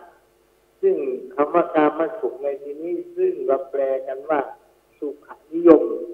หรือว่าสุขเกินไปมันไม่ใช่สุขพอดีสุขเกินไปนี่อะไรก็ตามถ้ามันเกินไปมันก็ผิดสูตรทุกอย่างกินยาแก้ปวดหัวเกินไปก็ตายกินยาแก้ปวดมันมากเกินไปก็ตายถ้ากินให้เป็นยามันก็เป็นในทำนองเดียวกันสุขพุทธเจ้าไม่ได้ห้ามในการเกิดมาเป็นมนุษย์นี่นะมันจะสุขกับทุกข์ก็ตามแต่ให้มีสติรู้ทันกับสถานะที่มันปรากฏแก่จิตเท่านั้นเองเพราะว่าพระพุทธเจ้าไม่ได้ห้ามนั้นพระองค์ตรัสว่าพระองค์เป็นเพียงผู้ชี้ทางให้ครับส่วนการปฏิบัติเป็นเรื่องของผู้ปฏิบัติครับถ้าสอนแล้วแต่ไม่ปฏิบัติก็เป็นเรื่องของเขาครับเพราะว่าทางก็มีอยู่แล้วผู้สอนก็มีอยู่แล้วครับปฏิบัติหรือไม่ก็เป็นเรื่องของท่านถ้าปฏิบัติตามก็ติดอยู่ในโลกนานๆพระองค์ก็ไม่ว่าอะไรหรอกถ้าอยากจะพ้นทุกข์แล้วก็ต้องปฏิบัติตามสายกลางนั่นแหละจะเป็นอย่างนั้นนะที่ผมเกรงว่าท่านผู้ฟังทั้งฝ่ายจะตีโพยตีพายว่าทำอะไรก็ไม่ได้งอแข้งงอขาก็ไม่ได้จะไปตัดไปช้อปปิ้งอะไรก็ไม่ได้ยังไงอะไรอย่างนี้ผมเป็นห่วงว่าท่านจะไปไกลกว่าสิ่งที่เราพูดกันดูท่านพัทยะนักบวชนักแก่ก็พูดอย่างนี้เหมือนกันนะครับเห็นรู้ว่าพระพุทธเจ้าปฏินิพพานไปแล้วที่สูงผู้บุตรชนก็ร้องห่มร้องไห้กันแต่ท่านก็บอกว่าคุณอย่าตกกันมากนักเลยครับพระองค์ปฏินิพพานไปก็ดีแล้วนี่ถ้าพระองค์ยังอยู่ก็จะบอกว่านั่นไม่ควรทำนั่นต้องทำอย่างนั้นอย่างนี้ต่อไปนี้เราไม่ต้องฟังใครเราอยากทำแล้วก็ทำครับอย่างนี้อันนี้ก้าวไปหน่อยก้าวผิดกรอบนะฮะเพราะในยักษ์มันไม่ได้บอกว่าพอดีแต่ในยักษ์มันจะเป็นอำเภอใจ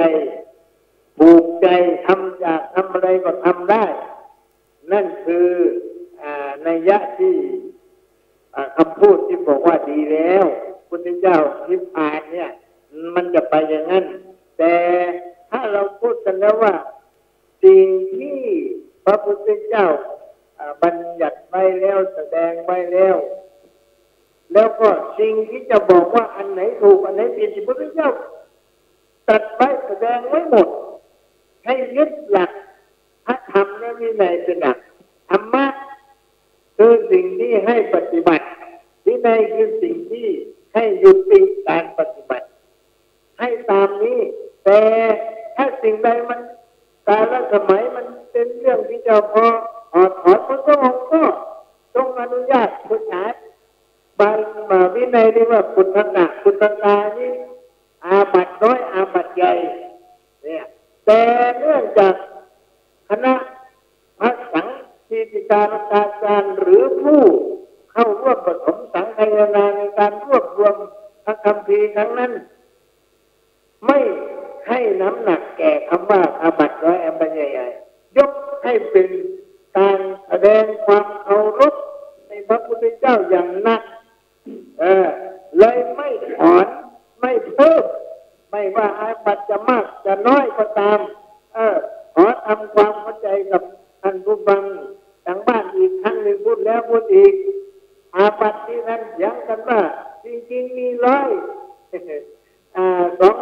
อะไรมี150เท่านั้นไม่มีมากกว่านั้นอะไรอย่างนี้อาบัติที่ปรากฏในพระวินัยปิฎกนะครับแล้วนอก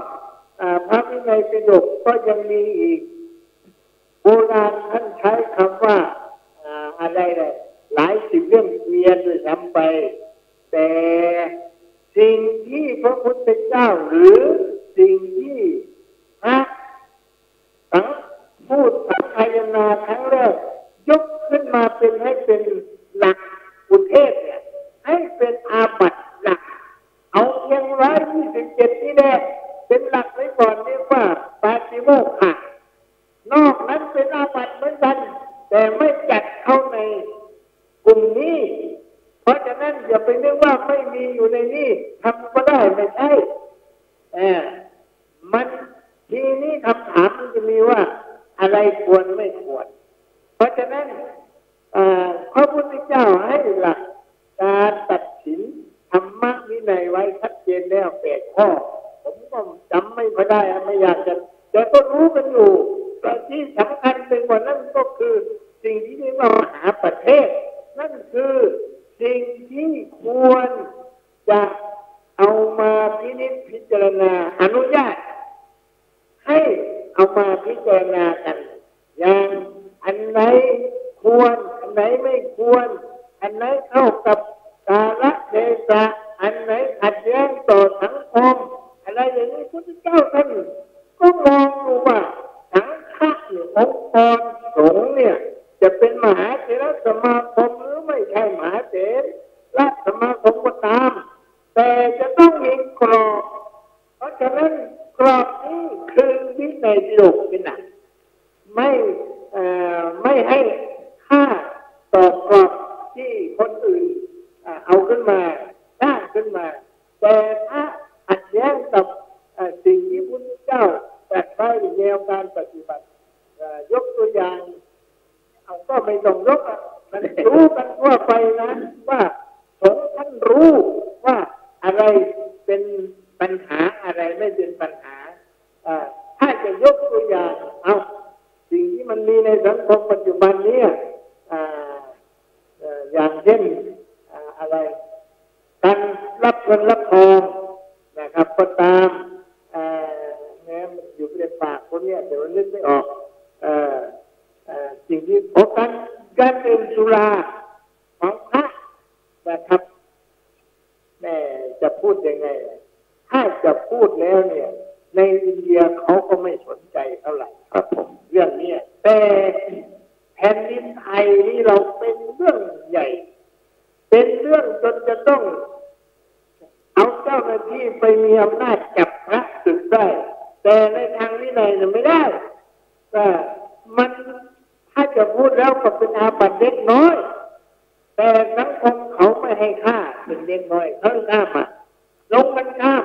การสูบบุหรี่นี่เป็นเรื่องคิดแรงที่สุดในอินเดียเพราะฉะนั้นพระเจ้าพระสงฆ์ไทยหรือไทยไหนก็ตามจะไปประเจิดให้เขาเห็นเป็นเรื่องถูกพระไทยเคยถูกก้อนหินมาแล้วนะ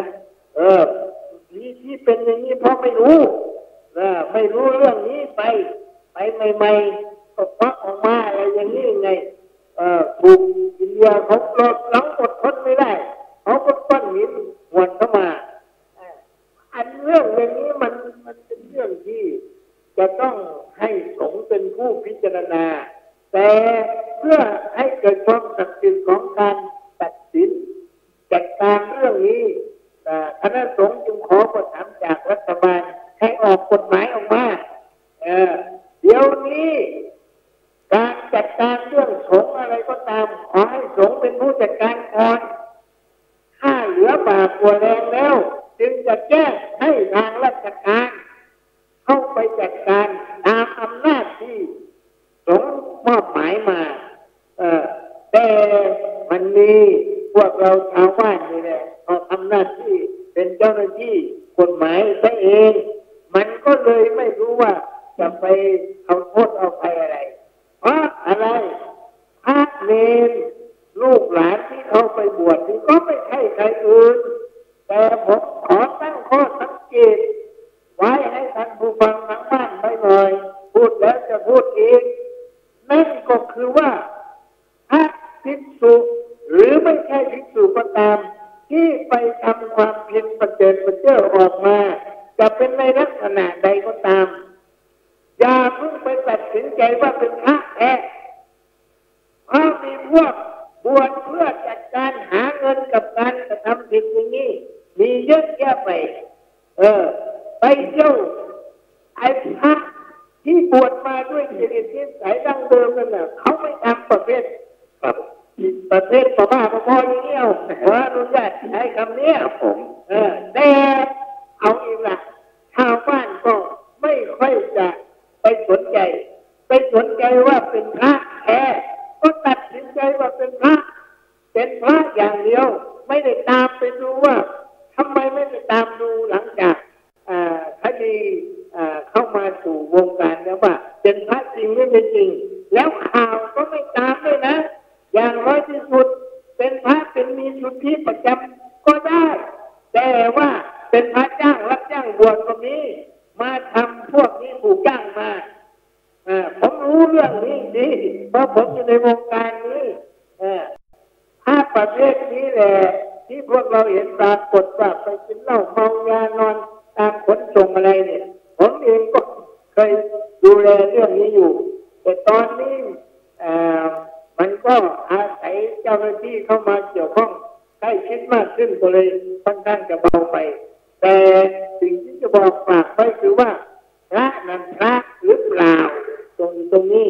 ไม่มีข้อมูลยืนยันเห็นแต่ห่มผ้าก็ยกว่าเป็นพระกันไปหมดก็เลยเสียหมดพูดง่ายๆว่าตำรวจคนเดียวเสียไปก็ไปว่าตำรวจทั้งหมดก็ไม่ได้เพราะเรื่องของแต่ละคนในทำนองเดียวกันเรื่องของกรณีของพระที่ทำอะไรผิดบกพร่องในสังคมในรายอะไรก็ตามแล้วพวกเราก็โหมกันด้วยนะข่าวนี่เป็นเรื่องพระติดต่อกัน3 วันรู้กันเลยเขียนหน้าเต็มอีกต่างหากพระเร็วๆพูดง่ายๆที่ปรากฏในสื่อเพราะฉะนั้นอย่าไปเพิ่งตัดสินใจว่าเป็นพระที่บวชเรียนมาถูกต้องตามกฎหมายเพราะถ้าพวกเริ่มมาจากสิ่งที่ถูกมาจนป่านนี้แล้วมันทำไม่ได้หรอกทีนี้วันตะปามันถูกสร้างมาตั้งแต่เด็ก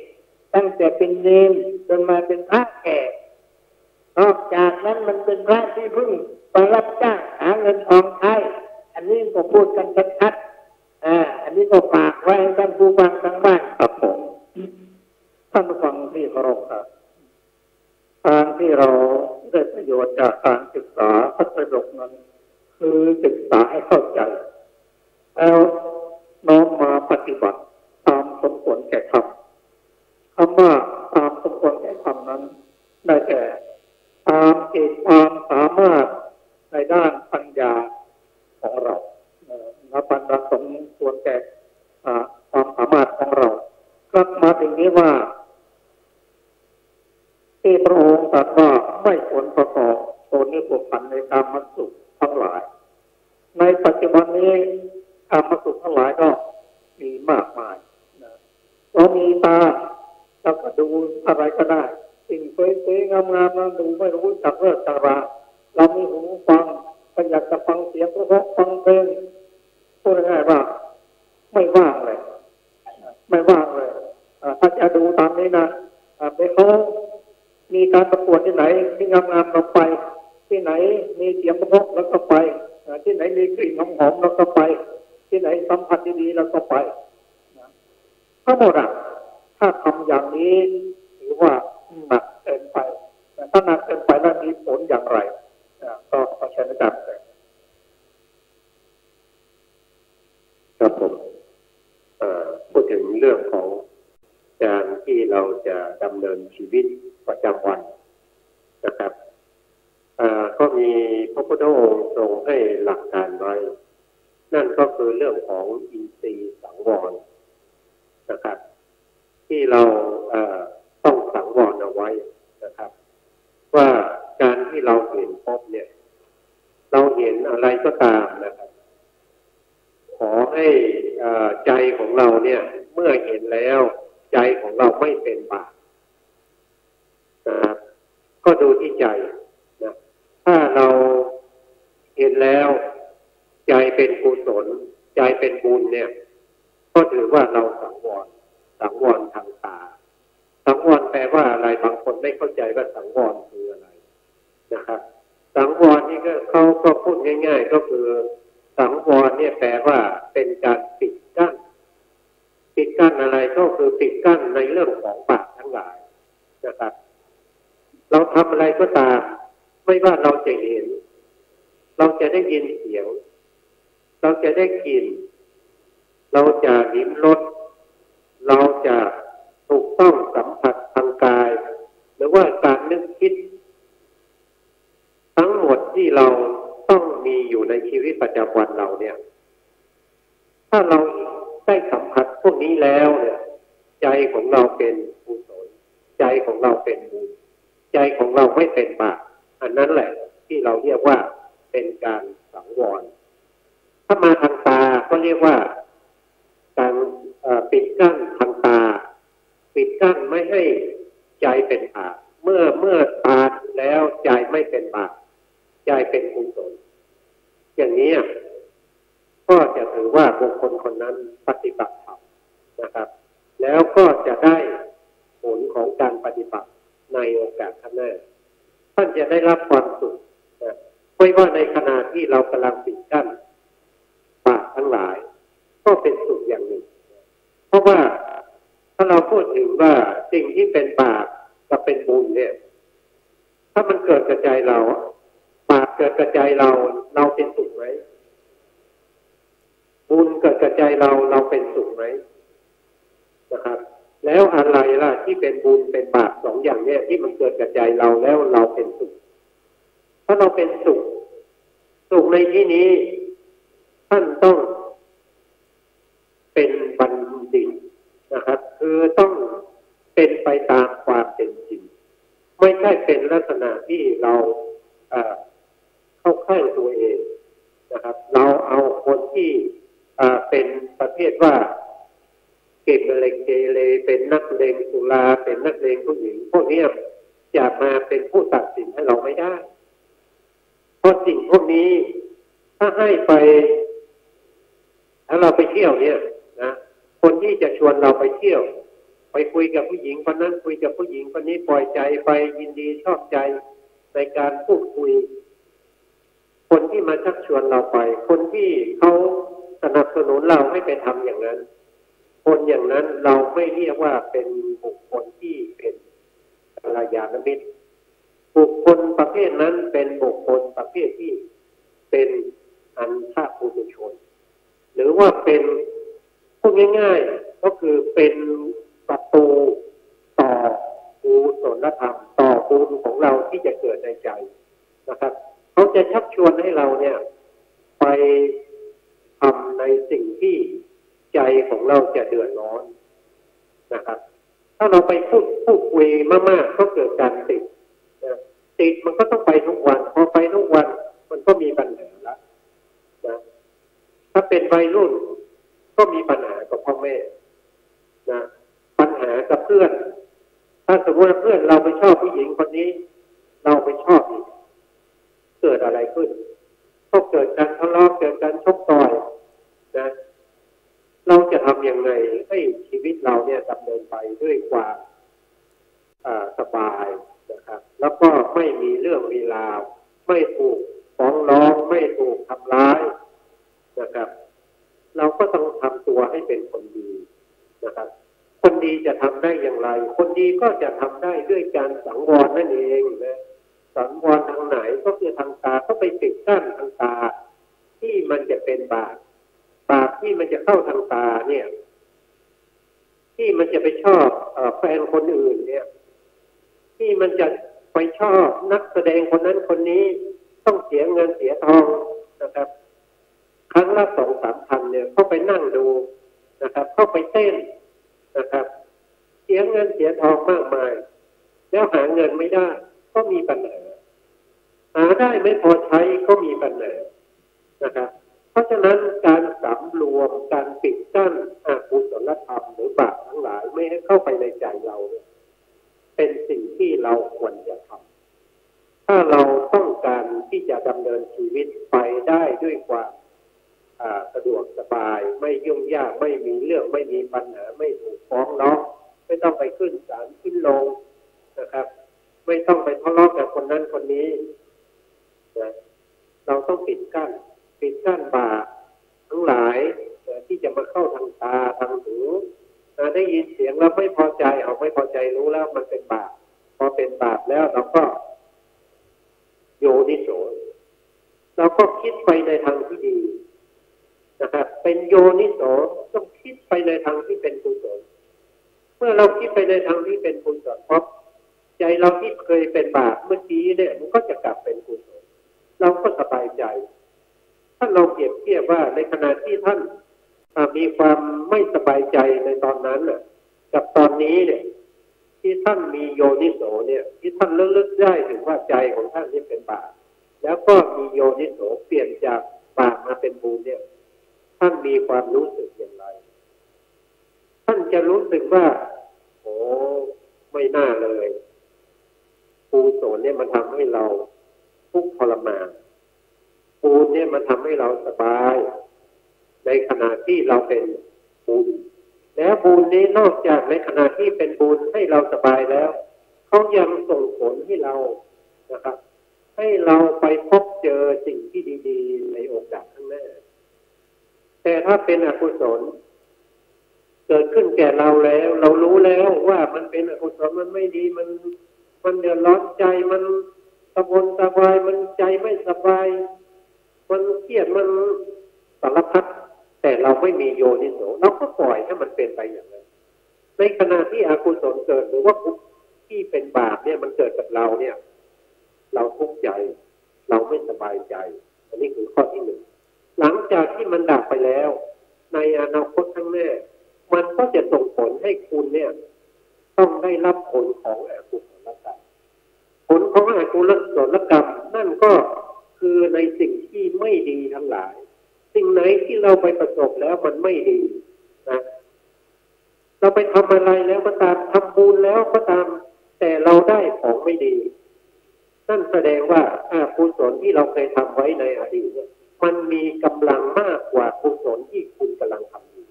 มันจึงส่งผลมาให้คุณได้ว่าคุณต้องได้ชดใช้กรรมที่คุณเคยทำไว้ในอดีตแต่บุญที่คุณทำในวันนี้มันเล็กน้อยจะให้ผลได้ต่อเมื่อมันมีโอกาสถ้ากรรมที่เป็นอกุศลเป็นบาปเนี่ยมันยังมีกำลังอยู่บุญที่คุณทำเล็กน้อยไม่มีโอกาสที่จะให้ผลได้ไม่มีโอกาสที่จะให้คุณเนี่ยได้สุขสบายหรอกมันจะมีแต่สิ่งที่ไม่สบายใจเป็นพ่อเป็นแม่แล้วก็จะต้องได้ยินละลูกคนนั้นของคุณนะลูกชายคนของคุณเนี่ยคนก่อนเนี่ยไปชกต่อยกับนักศึกษาโรงเรียนอื่นเนี่ยตอนนี้คุณต้องไปประกันตัวนะเนี่ยมันจะเดือดร้อนนะถ้าคุณทำอกุศลนี่มันจะเดือดร้อนคุณจะได้รับความทุกข์นะครับถึงแม้ว่าในขณะที่คุณทำเนี่ยคุณจะมองไม่เห็นนะว่าสิ่งที่คุณทำเนี่ยมันเป็นทุกข์เพราะการที่เราไม่ได้ฝึกจิตฝึกใจของเรา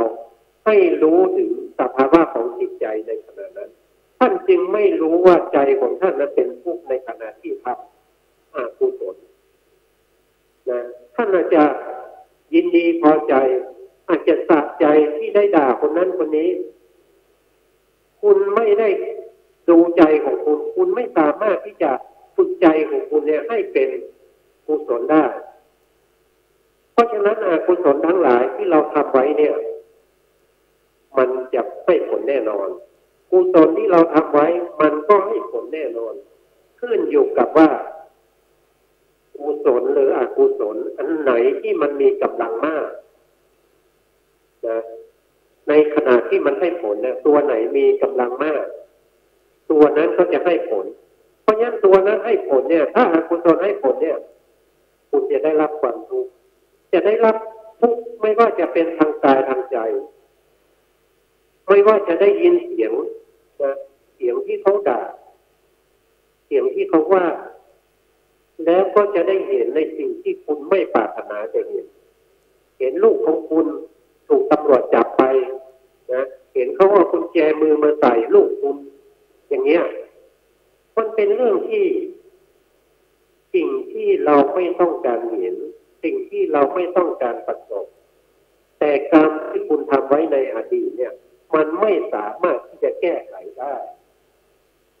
มีอยู่อย่างเดียวก็คือปัจจุบันนี้คุณต้องทำสิ่งที่เป็นกุศลเท่านั้นเมื่อเป็นกุศลเท่านั้นไอ้กุศลที่มีกำลังมากเนี่ยมันจะไปเบียดอกุศลอกุศลกำลังจะให้ผลก็ถูกกุศลนี่เบียดไม่ให้ผลกุศลก็จะให้ผลแทนนะครับมันก็จะเป็นลักษณะอย่างนี้เพราะฉะนั้นการดำเนินชีวิตประจำวันของเราเนี่ยที่เป็นอยู่เนี่ยถ้าเราต้องการความสุขไม่ยากนะครับท่านต้องปิดกั้นอกุศลทั้งหลายหรือที่ทางอภิธรรมหรือว่าทางธรรมะเนี่ยเขาจะเรียกว่าสังวรอินทรีย์อินทรีย์ก็คือตาอย่างเงี้ยเขาเรียกว่าอินทรีย์คือความเป็นใหญ่ถามว่าถ้าเราว่าอินทรีย์ทางตาเนี่ยจะเป็นใหญ่ได้ยังไงก็ถามว่ามีอะไรบ้างในการเห็นที่จะเป็นใหญ่มากกว่าตาคุณเอาหูเนี่ยมาเห็นได้ไหมจะเป็นใหญ่กว่าตาได้ไหมมันเป็นไม่ได้ใช่ไหมครับคุณจะเอากลิ่นเนี่ยมาในการเห็นในการดูให้ใหญ่กว่าตาได้ไหมไม่ได้เพราะฉะนั้นเขาจึงเรียกว่าจักขุนสีคือความเป็นใหญ่ในการเห็นทางตานะความเป็นใหญ่ในเรื่องของการได้ยินนะครับก็คือหูตาจะไปเป็นใหญ่ในการได้ยินไม่ได้มันต้องเป็นของใครของมันเพราะฉะนั้นถ้าเราสังวรถ้าเราปิดกั้นกุศลธรรมเราไม่ทำในสิ่งที่มันเป็นบาปทางตาทางหูทางจมูกทางลิ้นทางกายนะครับถ้าเราปิดกั้นได้อย่างนี้เนี่ยชีวิตของเราเนี่ยก็จะมีแต่ความสุขแล้วต่อไปในอนาคตก็จะเป็นความสุขนะครับไม่ใช่สุขเฉพาะในขณะที่กุศลเกิดเท่านั้นนะครับกุศลยังส่งผลให้เราเป็นความสุขในชาตินี้ถ้าสมมติว่าเราเกิดมายากจนนะต้องทำมาหากินทุกวันหัวลาน้ำนะถ้าเรามีการทำกุศลเล็กๆน้อยๆเช่นมีการเผื่อแผ่มีการมีเมตตานะครับมีการช่วยเหลือนะครับเห็นเขากำลังแบกของหนักหรือว่าถือของหนักเราช่วยได้เราก็ช่วยเขาไปนะครับสิ่งพวกนี้มันเป็นบุญทั้งนั้นเป็นบุญกิริยาวัตถุสิทธิ์ช่วยเหลือการงานในทางที่เป็นบุญไม่ใช่ว่าบอกว่าพอช่วยท่านก็ไปช่วยบุคคลที่เขากำลังจะปล้นธนาคารก็เข้าไปช่วยปล้นด้วยไม่ใช่อย่างนั้นนะท่านต้องแยะให้ได้ว่าสิ่งที่ดีคือดีสิ่งที่ชั่วคือชั่วนะครับต้องมีการเรียนรู้นะมีการที่จะระวังนะไม่ให้อกุศลจิตเกิดขึ้นนะครับไม่ให้บาปเนี่ยเกิดขึ้นก็แล้วกันนะครับนี่ก็ได้เวลานะครับทุกท่าน คุณอาจารย์ประเสริฐครับก็อาจารย์ประเสริฐท่านกล่าวว่าเรามีตา มีหู มีจมูก มีลิ้น มีกายขอให้มีสติสังวรถ้ามีสติสังวรสักอย่างก็ถือว่าเราไม่ได้ติดไปในทางสูงเกินไปมีสติก็ขอเชิญดร.บุญยังเกศได้สรุปสั้นๆก่อนที่ผมจะจบรายการใช่ไหมครับสิ่งที่ผมอยากจะขออนุญาตเสริมตอนสุดท้ายที่ปัญหาท่านประธานให้มาก็คือว่าพระพุทธเจ้า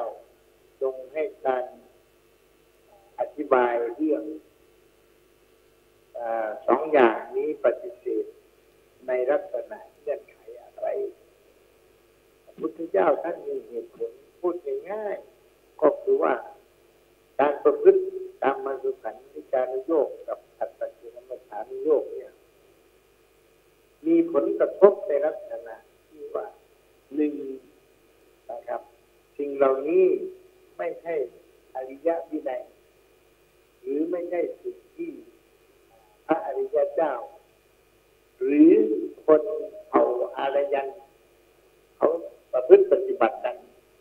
นะครับแล้วอันสองพระเจ้าให้เชิงปฏิเสธว่าการประพฤติเช่นนี้เนี่ยไม่ก่อเกิดประโยชน์อะไรเลยเพราะอะไรเพราะทั้งสองอย่างนี้เป็นสิ่งเลวเลวก็ยังมีเงื่อนไขอีกใช้คำว่าต่ำตามกว่าดีกว่าเพราะอะไรเพราะในการประพฤติพรหมจรรย์นั้นจะไม่มีการมีเพศสัมพันธ์เด็ดขาดจะเป็นศีล8หรือศีลมากกว่า8ขึ้นไปก็ไม่มีเพศสัมพันธ์แต่ศีล5นั้นยังใช้คำว่ากามสังวรคืออย่าให้มันเกินความจำเป็นมากไปนักหรือให้มันพอดีพองามหรือใครจะพูดแล้วก็คือว่าระวังกันหน่อยควบคุมอารมณ์กันหน่อยอย่าให้มันมากไปนักอะไรอย่างนี้เพราะฉะนั้นสิ่งเหล่านี้พระพุทธเจ้าใช้คำว่าหีนะแต่ว่า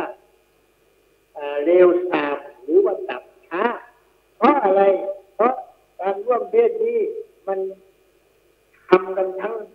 มนุษย์และสัตว์เดรัจฉานแต่ถ้ามนุษย์เอาผู้ยกฐานะจิตขึ้นไประดับสูงแล้ว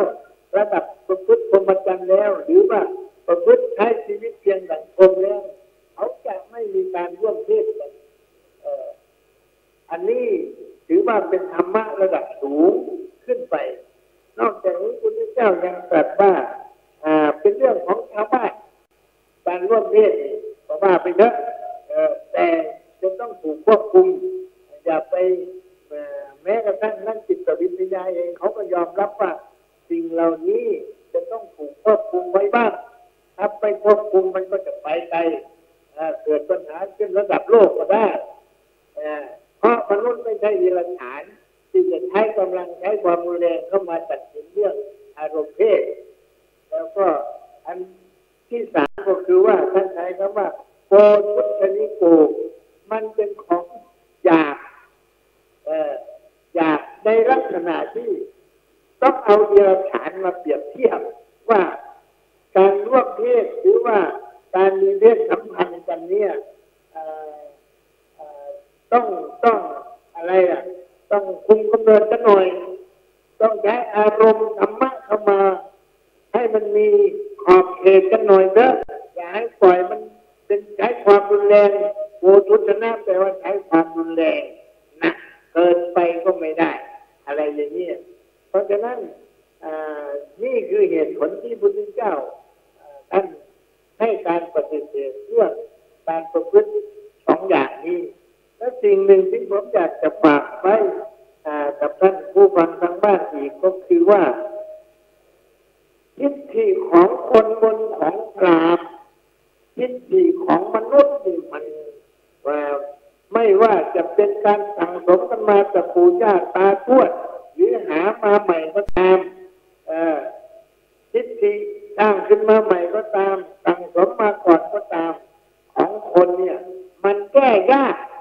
มันตกล็อกไปแล้วเหมือนกับมนต์ของพราหมณ์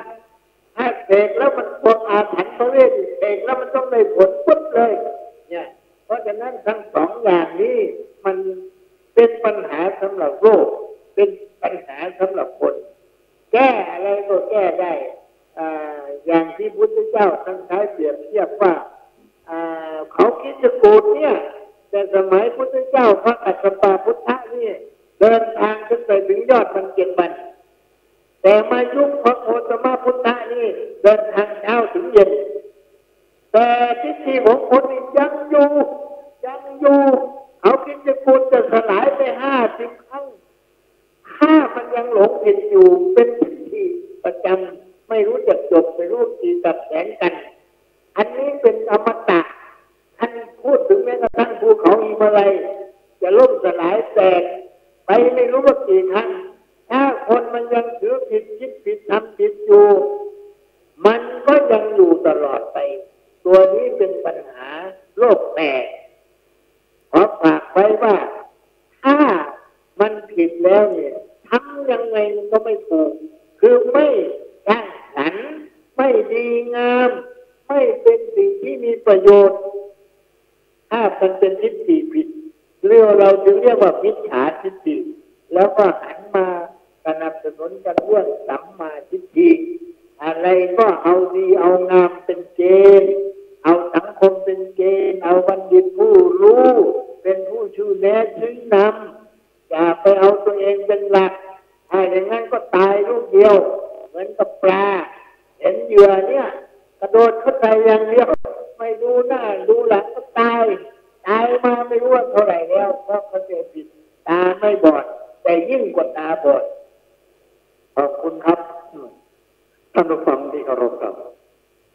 ในครึ่งชั่วโมงสุดท้ายนี้เราได้นำพระธรรมจักรพระสูตรมาศึกษากันว่าพระพุทธเจ้า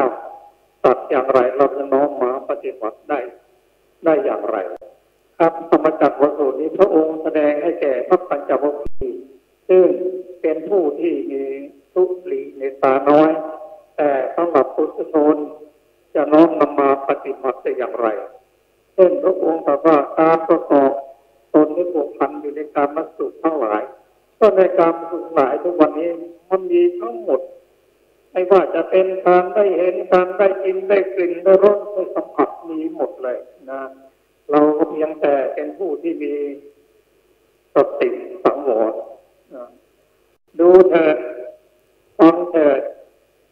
จะดมจะสัมผัสอะไรก็ตามทรงตรัสว่าเรามีหูมีตามีจมูกมีลิ้นมีกายก็เพื่อที่จะรักษาผมต่างๆแต่ทำเถิดถ้ากิเลสมันไม่เข้ามาในจิตในใจแล้วก็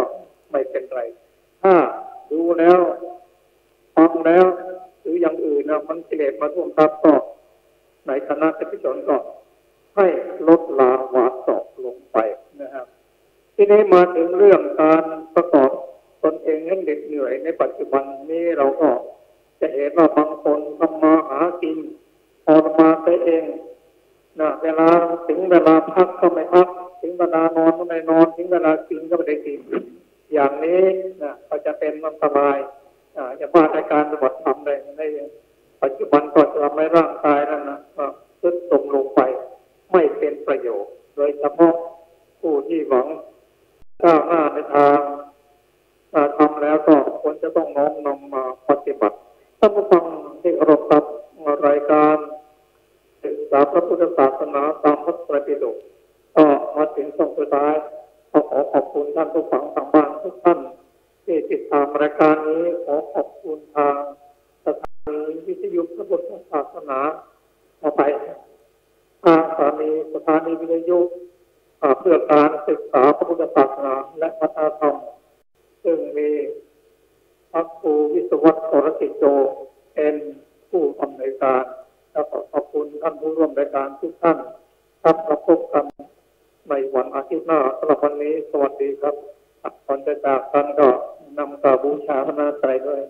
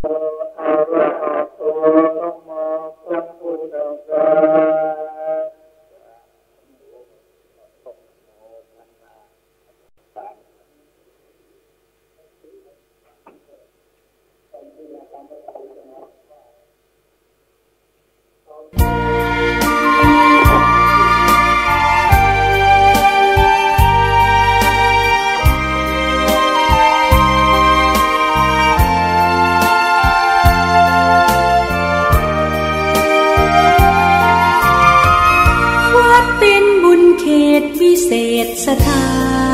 นเหมือนทิพย์วิมานของหมู่ประชา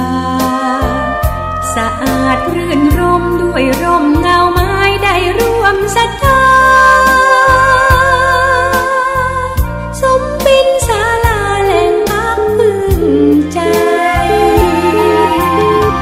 เห็นพระประธานเหงื่อเท่นทำรงเหมือนพุทธองค์เนื้ออ่อนอำไพแต่ทำจุนเจือโอบเพื่อเรามองปัดป้องปวงไทยผู้น้อมดวงใจกราบไหว้วันทาวัดเล็กหรือใหญ่นั้นไม่สำคัญวัดเท่าเทียมกันด้วยแรงพัฒนาพระสงฆ์เคร่งครัดทำกิจวัตรทุกวันเวลามีจิตเมตตาต่อชาวสังคมระฆังกังวานขานเร่งศรัทธาคิดพัฒนาวัดให้เหมาะสมดื่มด่ำธรรมะขจัดปัญหาอย่าติดอารมณ์ขอเชิญชื่นชมสู่ร่มอาราม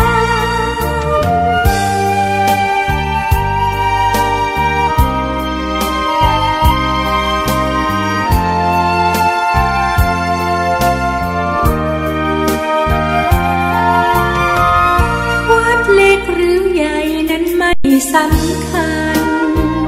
วัดเท่าเทียมกันด้วยแรงพัฒนาพระสงฆ์เคร่งครัดทำกิจวัตรทุกวันเวลาท่านกำลังติดตามรับฟังสถานีวิทยุกระจายเสียงพระพุทธศาสนาแห่งชาติและสังคมคลื่นเพื่อการศึกษาพระพุทธศาสนาและวัฒนธรรมระบบ FM 104.5 เมกะเฮิรตซ์รายการต่อไปเป็นรายการสปะสาระล้านนาดำเนินรายการโดยพ่อหนานไกรสอนในรายการข่าวสารพระพุทธศาสนา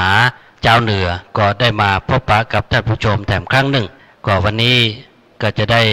มีโอกาสในการมาพบปะกับปราชญ์ชาวบ้านซึ่งเป็นปราชญ์ด้านพระพุทธศาสนาแต่ในคราวนี้ก็ได้มีโอกาสมาพบปะกับปราชญ์ชาวบ้านก็คือป้าหนานไกรสอนกันทา ซึ่งป้าหนานนั่นเป็นพ่ออาจารย์หรือมคณายกนะของวัดอินทขินนอกจากนั้นป้าหนานก็ยังได้เป็นจิตอาสาที่ได้ทำงานด้านสื่อสารมวลชนคือเป็นดีเจสถานีวิทยุ FM 96.0 ของวัดพระธาตุดอยสุเทพและเป็นดีเจของสถานีวิทยุ FM 104 หรือ 104.50 วัดฝ่ายหินทำใจวันนี้ก็ท่านอาจารย์ได้อยู่ใกล้ๆนี่แล้วหรือป้าหนานไกรสอนได้อยู่ใกล้ๆนี่แล้วพร้อมที่จะได้พบปะกับท่านผู้ชมทางบ้านในโอกาสนี้ขอเจริญพรป้าหนานขอกราบนมัสการพระอาจารย์นะครับพระเถรานุเถระตัวเป็นบ้านล้านนาเจียงใหม่บ้านเฮาตลอดถึงครูบาอาจารย์ตั้นเจ้าทั้งหลายทุกท่านทุกคนที่ดูรายการสถานีโทรทัศน์เนาะสถานีวิทยุโทรทัศน์วันนี้พ่อหนานไกรสอนจะได้มาสนทนาจารีตทิศหอยปืนบ้านล้านนาของเฮาในเรื่องของปีใหม่เมืองปีใหม่เมืองเนี่ยคนเฒ่าคนแก่นี่จะต้องรับหูเพราะว่าเยาวชนคนรุ่นใหม่เนี่ยบ่ใครหูเรื่องก็ใครหูเรื่องใช่พร